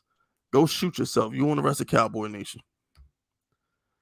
Shout out to Prince. Prince says, are the Giants going to fire Gettleman? Yes, they will fire Gettleman. Joe Judge will quit before he keeps Jason Garrett next year. Yeah. Listen, I'll tell you this: if the second half of the season don't go as planned, Jason Garrett will be unemployed. I really strongly believe that. He got fired after the bye, but we won that game. Nah, if the Giants, they don't wait to the last they wait to the last game of the season anyway, or the season's over anyway. Then they'll start making moves. Then they'll definitely start making moves. I can't wait for Joe Judge to hire his offensive coordinator that he can work with, like, because him and Patrick Graham, like, it's like they work like those two was like Dr. Dre and Eminem, and then you got I agree.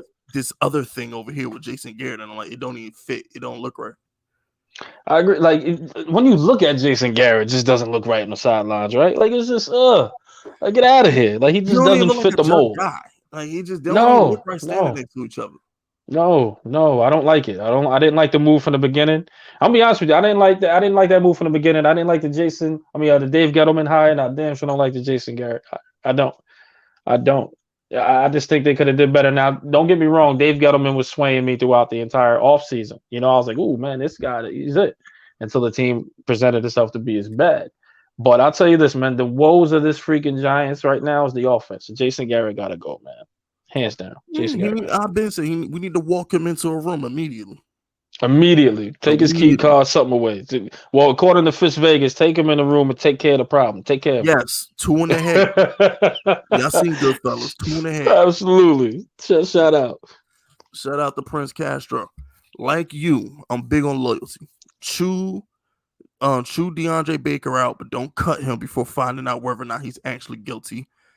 And sub and what? Sub and download the album TTV3. Oh, whatever. Sub the Prince. Go subscribe and download that TT3 album for Prince. You know what I'm saying? Yeah, I'll be looking at that, bro. I'll be looking at that. I'm a hip hop head, so I'm gonna be looking at that. You know what I'm saying? Like, but no. As far let me answer that real quick, if you don't mind, Fisk. But as far as DeAndre Baker, man, you got to understand the certain brands people have as far as their organization, or even down to a sneaker, right? Anyone taints the brand, they gotta go, and that's the Giants' way. They're this polished organization. They have very little tolerance for stuff like that in many cases. So there's a case that DeAndre Baker had to go, and then I don't blame them for that one, to be honest with you. Yeah, I mean, I don't blame him for it either. I was just pointing out the fact that he was still a good pick. I agree. You know what I'm saying? Dave got him, and he's pretty good. You know what I'm saying? He's pretty good at what he does, man. And I want him to stay because he loves his hog mollies and all stuff like that. Oh, don't say that word. Oh, it's triggering. I gotta go to therapy after this, man. Oh, don't feel bad. I cried on stream when we went the whole draft in 2020 without taking a wide receiver. I was crying. Really? Like, good God. Because I was like, bro, how we gonna go into the season with Slayton as a number one? What do you got? Yeah. Claypool, listen, Higgins. It was looking scary. Michael Pittman. We had mad options out there, bro. I'm like, come on, son. It was looking spooky out there for a second. Who did we take? We took. Oh no, but no. I mean, we took Xavier McKinney, so it is what it is. But still, you know what I'm saying? Still, but you know, we're in a still good position. You know what I mean? I mean, we still got KG, we still got Kadarius Toney now. You know, so we're still in a better position as far as receiving core, is my opinion. So, but correct me if I'm wrong. We still got Shep, even though he's one. I ain't even gonna say it. Let me not say it. But even though he's injury prone and anything could happen in the future, we still got young Shep, and we still got Slayton, which he's a 6 at best, maybe. So, but at the end of the day, man, I think the receiver core is in much better shape than what we had. We need to walk Slayton into a room too. Yeah. But you know what I'm saying? Like I said, I'm a fan of the wire, so I was just like, we just gonna shoot him in his hind parts like Omar did Mike. You know what I'm saying? Facts. Fix it so he can't sit straight. Facts. And RIP to my man that played Omar too, man. RIP to I can't believe I forgot his name. Same, but much respect. Man. Much respect. Omar like 5 times a week too. I can't believe I forgot the man who played Omar. Oh man, I forget. I ain't even gonna try to disrespect like that, but the intentions is good. RIP to my man. I forget the name, and I'm gonna Google it later, and I'm gonna hit you up via DM and be like, I got it. You know what I mean? I got it, Fisk. But Michael K. Williams, there it is. Michael K. Williams, word. Shout out, RP, man. Appreciate that, Mark Stewart. Yeah, Michael K. Williams, man. Yeah, RP to Michael K. Williams. Don't make him like him no more, yo. He was like, anytime we had a gangster movie or gangster show, it wasn't right if he wasn't in it. I agree, man. Hell of an actor, man. One hell of it. It's unfortunate. But yeah, rest in peace, man. Michael K. Williams, for real. Mm-hmm. But yeah, I got. Let me say, man, I got one more thing. Let me read this before you get your thing. Mm-hmm. Shout out to Barth. How mad y'all be if New York Giants take a quarterback? We're not taking a quarterback. Very, very mad. We're not taking a quarterback, bro. It's not. If we took a quarterback, MetLife will burn. Yeah, I'm be upset. Yeah, we need offensive lineman. Because guess what? Even if we took a quarterback, we still need offensive lineman. So it's one way or the other, MetLife gonna burn. Absolutely. No matter how much. Hold on, Fisky, let me say this, man. That's a penalty. You got to pay an extra $2 for that question, man. I don't like that one. I don't like that. We're As not much taking. as these old head Giants fans want to fix this offensive line, if they take, bro, it don't matter what position it is. If it ain't offensive lineman, MetLife gonna burn. I I agree. don't care if it's the best tight. I don't care if it's a Kyle Pitts, a Chase Young. I don't care what it is. We taking linemen. Where Yo, we but are it's just taking offensive linemen. like everyone wants a QB, and not saying that this person. Shout out to Barth 3400. Not saying that you want a QB, but a lot of people do ask, man, we need a new QB, but who? Who? You know what I mean? Who is gonna replace him?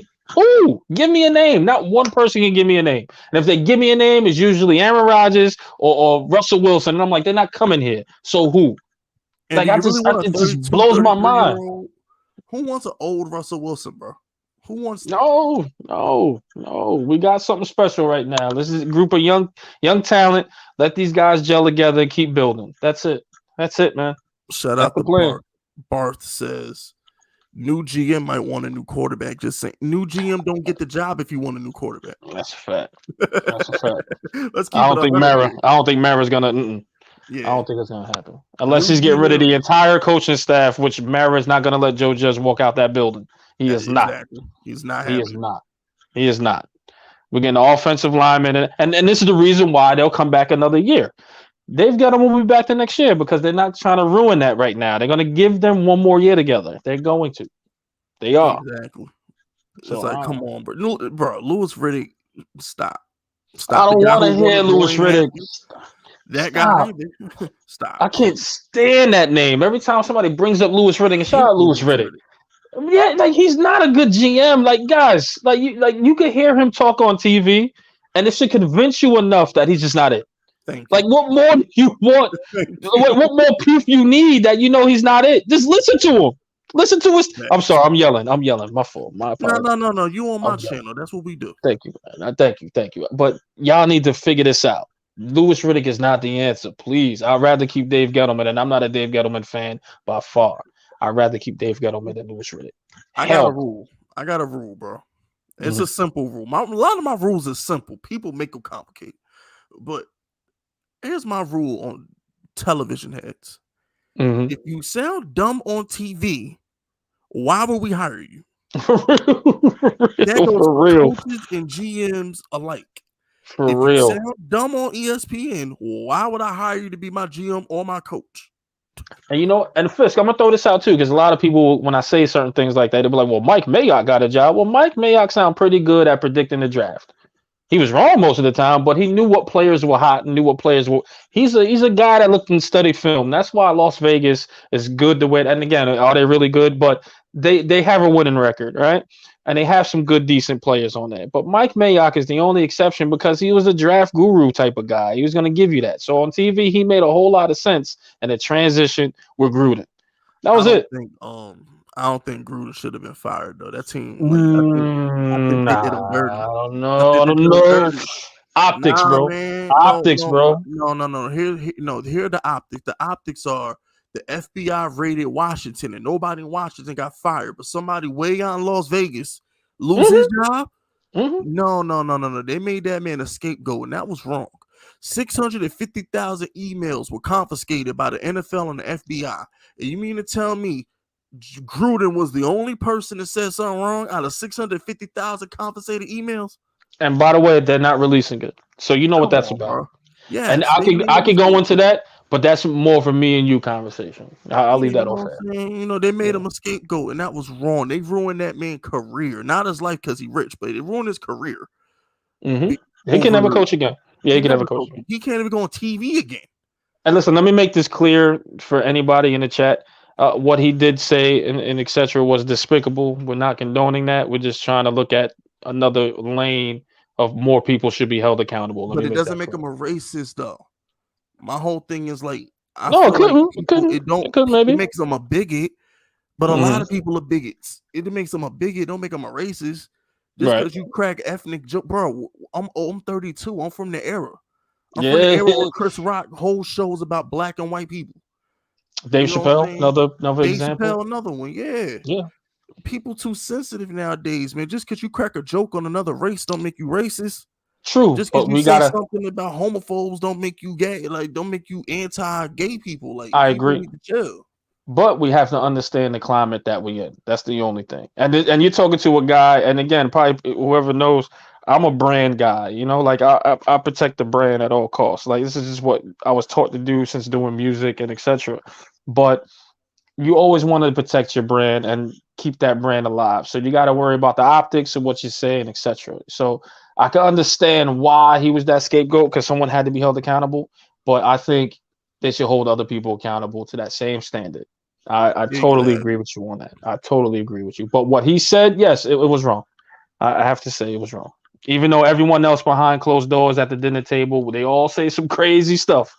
Everyone does. Everyone. I don't want Yeah, to hear that. wait No till the one's mirror. Wait till the John the Mirror emails get leaked. word. Like, God help. bro, everybody behind closed doors say a little something. And you got to be naive to think no one does that, you know. But again, it's just it was out loud and it got caught, and this is why it's here, you know. And So Gruden's gonna win unfortunate. that lawsuit. They're going to pay They're Gruden gonna pay him. They're crap gonna load of settle. money to shut up. Yeah, they're gonna They're gonna settle pay him because so much shut up money. oh yeah, he's gonna, and he's not even gonna win out. They're gonna settle for an Yep. undisclosed amount, just like Kaepernick, Pretty much. you know. And But real quick, mhm. I need to get credit for one of my best nicknames. Cause you a hip hop guy, so you get it. I nicknamed Haskins Troy Ave, bro. Yo, he looked like Troy Ave. Like his twin. He look like his twin. Yo, he do look like. Yo, I never thought of that. I ain't gonna lie to you. I ain't gonna shout out Troy Ave. I love Troy Ave. I love Troy Ave music. I love his Troy music. Ave, man. I understand the situation he's going through, but I love I love Troy Ave, man. Taxstone too. I I love miss that. that Shout out to energy. both of them. Yeah, shout out Taxstone too, man. It's an unfortunate situation. I love both those guys, you know. But he does look like Troy Ave for sure, man. Yo, my for man sure, for sure. Taxstone, he was answering a question from a fan one day. The fan said, "Yo, Tax, yo, like, he says, how yo, Metro Boomin kind of mad at you." And Taxstone says, "Yo, F Metro Boomin, man. Like, how about this? if Metro don't trust me, I'ma shoot him." Yo, you want to know something crazy? That was hilarious. And I know this is a giant show, but again, I'm into that. Like I'm into the hip hop anyway. But he's that type of dude. You get what I'm saying? Taxstone was that dude. Like if you go through them blocks, he was that dude. And that's on another subject. But Taxstone meant what he said, you know, and shout out to him, you know. Because it's like if your Metro don't trust you, I'm gonna shoot you. He was like, "Look," he said, "I'm gonna shoot him." What? Yeah, he said, "Metro don't trust me, I'm gonna shoot him." How about that? That's fire, right? That's funny. I think that's hilarious. Shout out Taxstone, man. That's fire. Word, bro. I miss Taxstone. He was too real for his own good, though. Yeah, I mean, sometimes you know you got to cut it off a little bit, especially when you're trying to get places and you're trying to leave a legacy. So you gotta move a little different, man. Especially when you get notoriety. See, my problem with Taxstone is Taxstone was so used to doing his own dirt, he didn't know how to move like a boss. You see, agree. You know what I'm saying? Me personally, like, I don't like getting my hands dirty now. Like, if I was getting money like that, bro, please, I'd have you taken out. You wouldn't even know how mad. allegedly. Just kidding. Yeah, he's okay. Man, the Fed's already watching me, bro. I done laid out a whole plan to take over the world, bro. Good God. Alphabet organizations listen to my live stream after my world domination rant last week. Listen, man, the views and expressions that Fist Vegas does not put out this waiver right now does not reflect what Eli Vibes Rex says, people. Shout out to my man Fist, man. I saw that world domination. I won't repeat it. I was in the chat going. I was in tears, by the way. I just want to let you know. Sidebar. I was in tears. No, I thought it was hilarious. I might have been serious. Listen, it sounds real serious. Yo, you know what you caught me off guard, man? When you was like, "Yo, man, I'm light skinned." I was like, "You light skinned?" I don't know if you saw the chat. I was like, "Yo, man, your voice sound like you midnight, bro." And I'm real brown. I was like, "Yo, he missed that." Yeah, I got you. I used to be light skinned, but I moved to Miami and got like a permanent tan, so I've been brown ever since. I got you. You know, I really believe in that. Like, I want to take over the world and like eliminate half the population like Thanos, so we can all live in peace. I really do. Like, I'm telling you. Yo, like, the views and expression of a Fist does not reflect Eli Vibes Rex. That's what shout out to my man Fist, though. I love this dude. Shout out to my man Fist. Hey, like I said, bro, I'm a Zoom call you the button. Listen, as long as I'm part of the Fist I forgot the name. Fiskmania, I think, or Fiskvania. United States of Fisk Unit. Yo, long as I'm there for you, bro. Long as I'm part of the selected group, I'm there for you, bro. I got you. Good, bro. I appreciate you, good, man. Like I said, appreciate bro, you. it's those countries that don't believe I'm gonna press that button. They got to worry about it. You know what I'm saying? Absolutely. I'm Zoom calling the button. Now, I'm not gonna talk to you. I'm gonna Zoom call the button, and you say yes or you say no. I got you. Say less. Zoom calling the button. Say less. I got you, bro. I got you. You know what I'm saying? Say less. I'm Zoom calling the button. It's like yo. It's like if I pull up to you, I load the hammer. It's like yo, you yes or no. Say less. Listen, man, and listen. I'm gonna say this one more time, people, and we'll get rolling. But the views and expressions. Oh, no, let me stop. Shout out my you ever man. seen State Property 1? Yo, bro, I did, and I did a long time ago. I'm be aging myself, but I'm in my late 30s. But I saw that moons ago, bro, when I was a teen, and I totally forgot. Beans is my spirit animal for real, y'all. I was like, yo, I love that's Beans, me. bro. I love this dude. I love Beans. I love Beans, bro. I love Beans. But that him, era was great, though. That era was great. But anyway, that's another subject. Word. Shout out to Joshua, though. Joshua says, I like Gettleman, but I'll never forgive him for drafting Baker over Metcalf. Yeah, that's a bad look, too. No. Who do we have at wide out? Oh, no, that wasn't bad because we had Tate and all that. Team that year. Yeah, he was, but wait, hold on. Let me think. No. We had Tate. I think we had Tate and all them bums. Yeah, we had just traded Odell. Yeah. Nah, I get you. But in this case, let me ask Metcalf, who is he really going to catch the ball? The freaking line was porous as hell, man. Good point. Porous. Yeah. So again, I don't mind. We need a defense. Defense win championships. And he fixed that. So all you Dave Gettleman people want him fired. He fixed our trash defense. I agree. Shout out to Yuri, though. Yuri says, Gettleman gave us a free wide receiver, Colin Johnson, free edge rusher, and Quincy Roche, and Isaiah Wilson. Yeah, you know what? I'm going to be honest with y'all. I see a world where we might, because Isaiah Wilson was a first-round pick a year ago. I see a world where the Giants put him at right guard, and all we do is draft a tackle, and I don't know what that second pick would be. There's a world where we try Isaiah Wilson out there at guard, and then we draft the right tackle, and you never know, we might be able to steal an edge rusher with the second first-round pick. That's a possibility. And he's a developmental guy, so that's what they say. So I think they're going to keep him in here for the long haul at a low price and just continue to work on him to be a great offensive lineman, especially at right tackle. Right, you see him as? I about to say, I don't see him as a right tackle. I definitely see him as a right guard. Yeah, he's definitely a right guard for sure. Shout out to James West. Fisk gonna establish Chinese food world dominance. Hey, yo, check this out, bro. I'm gonna keep it 100 with you. If you got bad Chinese food, West. I'm gonna send a couple black trucks through your shop. If you got bad Chinese food, I will not tolerate that. If you got bad Chinese food, we'll send some black trucks to pull up and make you disappear. It is what it is. That's funny. You know what I'm saying? Listen, bro, I'm a simple person to take orders from. It's like you do what I say, and things go right. I respect you. Too many people got opinions who don't deserve opinions. That's what's wrong with this world today, bro. Now I'm taking over, but like I said, we're gonna take over Canada, we're gonna take over Mexico, then we're gonna take over Asia, then we're gonna take over Europe, and then we're gonna make Russia and Germany bend the knee. It's as simple as that. Listen, that was a little more. Oh shoot! Oh, my fault. Shout out to my guy Hefe.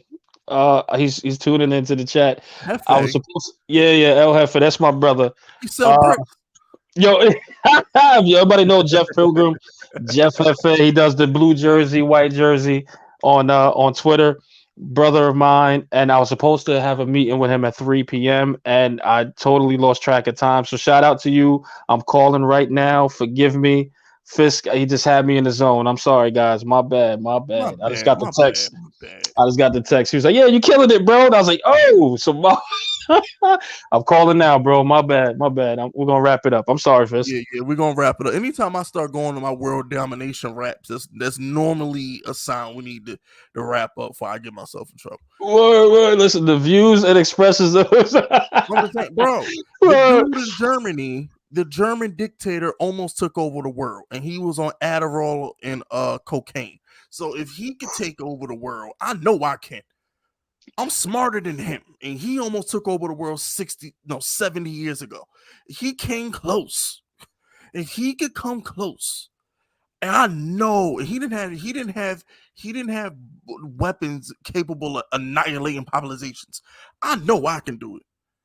Listen, hey, the views and expressions. Listen, I will tune into that plan. I've heard it, and I was like, "Woo, that's a plan." And we're gonna wrap up, but I just want y'all to remember something. The reason why he came so close in the 30s and 40s is because people are pussy. When you pull their card, they don't do nothing. He broke the treaty and just started taking stuff over. Nobody did nothing because they didn't want no smoke. You got to sometimes, and listen, and this is just a life lesson from Big Fisk. This will work more times than not. Pull people card, just try them. A lot of people really not about that. Just try them. Now, granted, I'm a bully, so I'm used to doing it, but at the same time, just try people.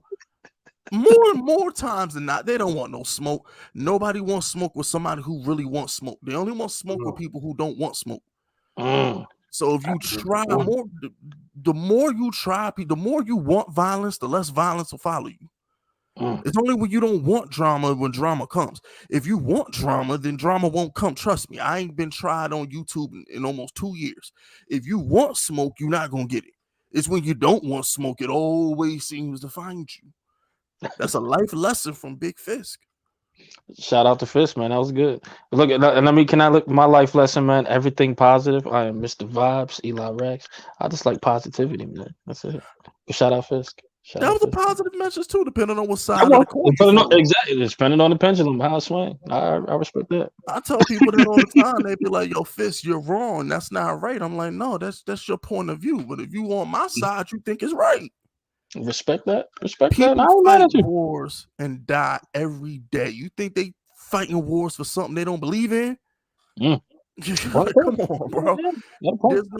There's no such thing as right and wrong in this world. It's all point of view. Point in case, bro. You're right. But listen, I'll ask this, or I'll answer this, and then I'll take a quick run. And thank you so much for having me, Fisk, man. I do appreciate you, man. I think your show was great. You're gonna reach higher heights, man. I love it. Definitely, anytime you want me back on, just give me a shout. But Mike Green, what up, fellas? I think we could beat the Bucks, bro. I'm gonna answer that question very simply. I don't think so, but let's hope. Brady ain't losing 3 straight games. I can't see it. No, I can't see it. He's pissed off. Yeah, we getting mad, Brady. Like, God help us. Yeah. I don't expect a blowout, but I do expect the Bucks to win. Unfortunately, if we beat the Bucks, I'm sipping the Kool-Aid. Yeah, if we beat the Bucks, I'll sip the Kool-Aid. I really would. I'll sip the Kool-Aid and be on the bunk beds, just like. Nah, let me stop. That was a terrible analogy. That was a terrible joke. Let's not do that. I'm gonna keep it 100 with you. If we beat the Bucks, we're making the playoffs. There's not another team on the schedule. I agree. Tougher than the Bucks. I agree. If we beat the Bucks, there's no excuse for us to miss the playoffs at that point. I totally agree. If we beat the Bucks, man, I'll definitely be sipping the Kool-Aid, and I'll definitely be singing the praises of the New York Giants and Dave Gettleman. In fact, I will change my freaking Twitter handle or my name to Dave Gettleman to the rest of the season. I'm dead serious. I love Dave Gettleman. I'll put it exactly like that. I'll change it. I love Dave. But Chris, thank you so much, man. I appreciate you, my brother. Thank you for pulling up, man. You gave me 2 hours. It's only supposed to give me 1, but you gave me 2, man. I appreciate it. Zoning out, man. My fault. Hey, man, it happens, bro. You know what I'm saying? Like I said, I don't normally like to do live streams more than 90 minutes. So, I was having fun too, because we definitely went over time, man. So I appreciate you pulling up, man. Thank you, brother. I appreciate you for having me, man. Hit me up anytime. Yeah, no problem. I love all y'all. Y'all be safe out there, but we out of here.